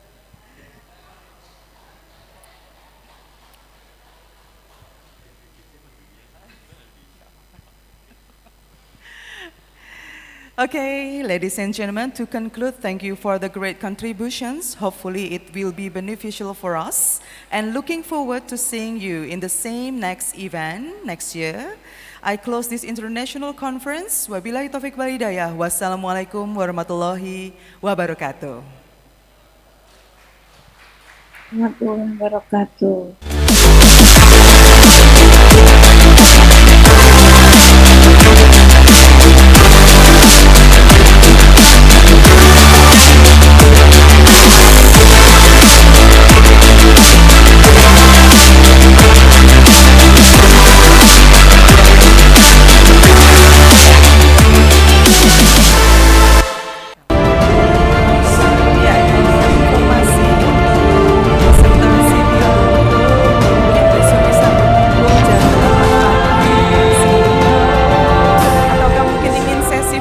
Bersama lagi sangat diperbolehkan.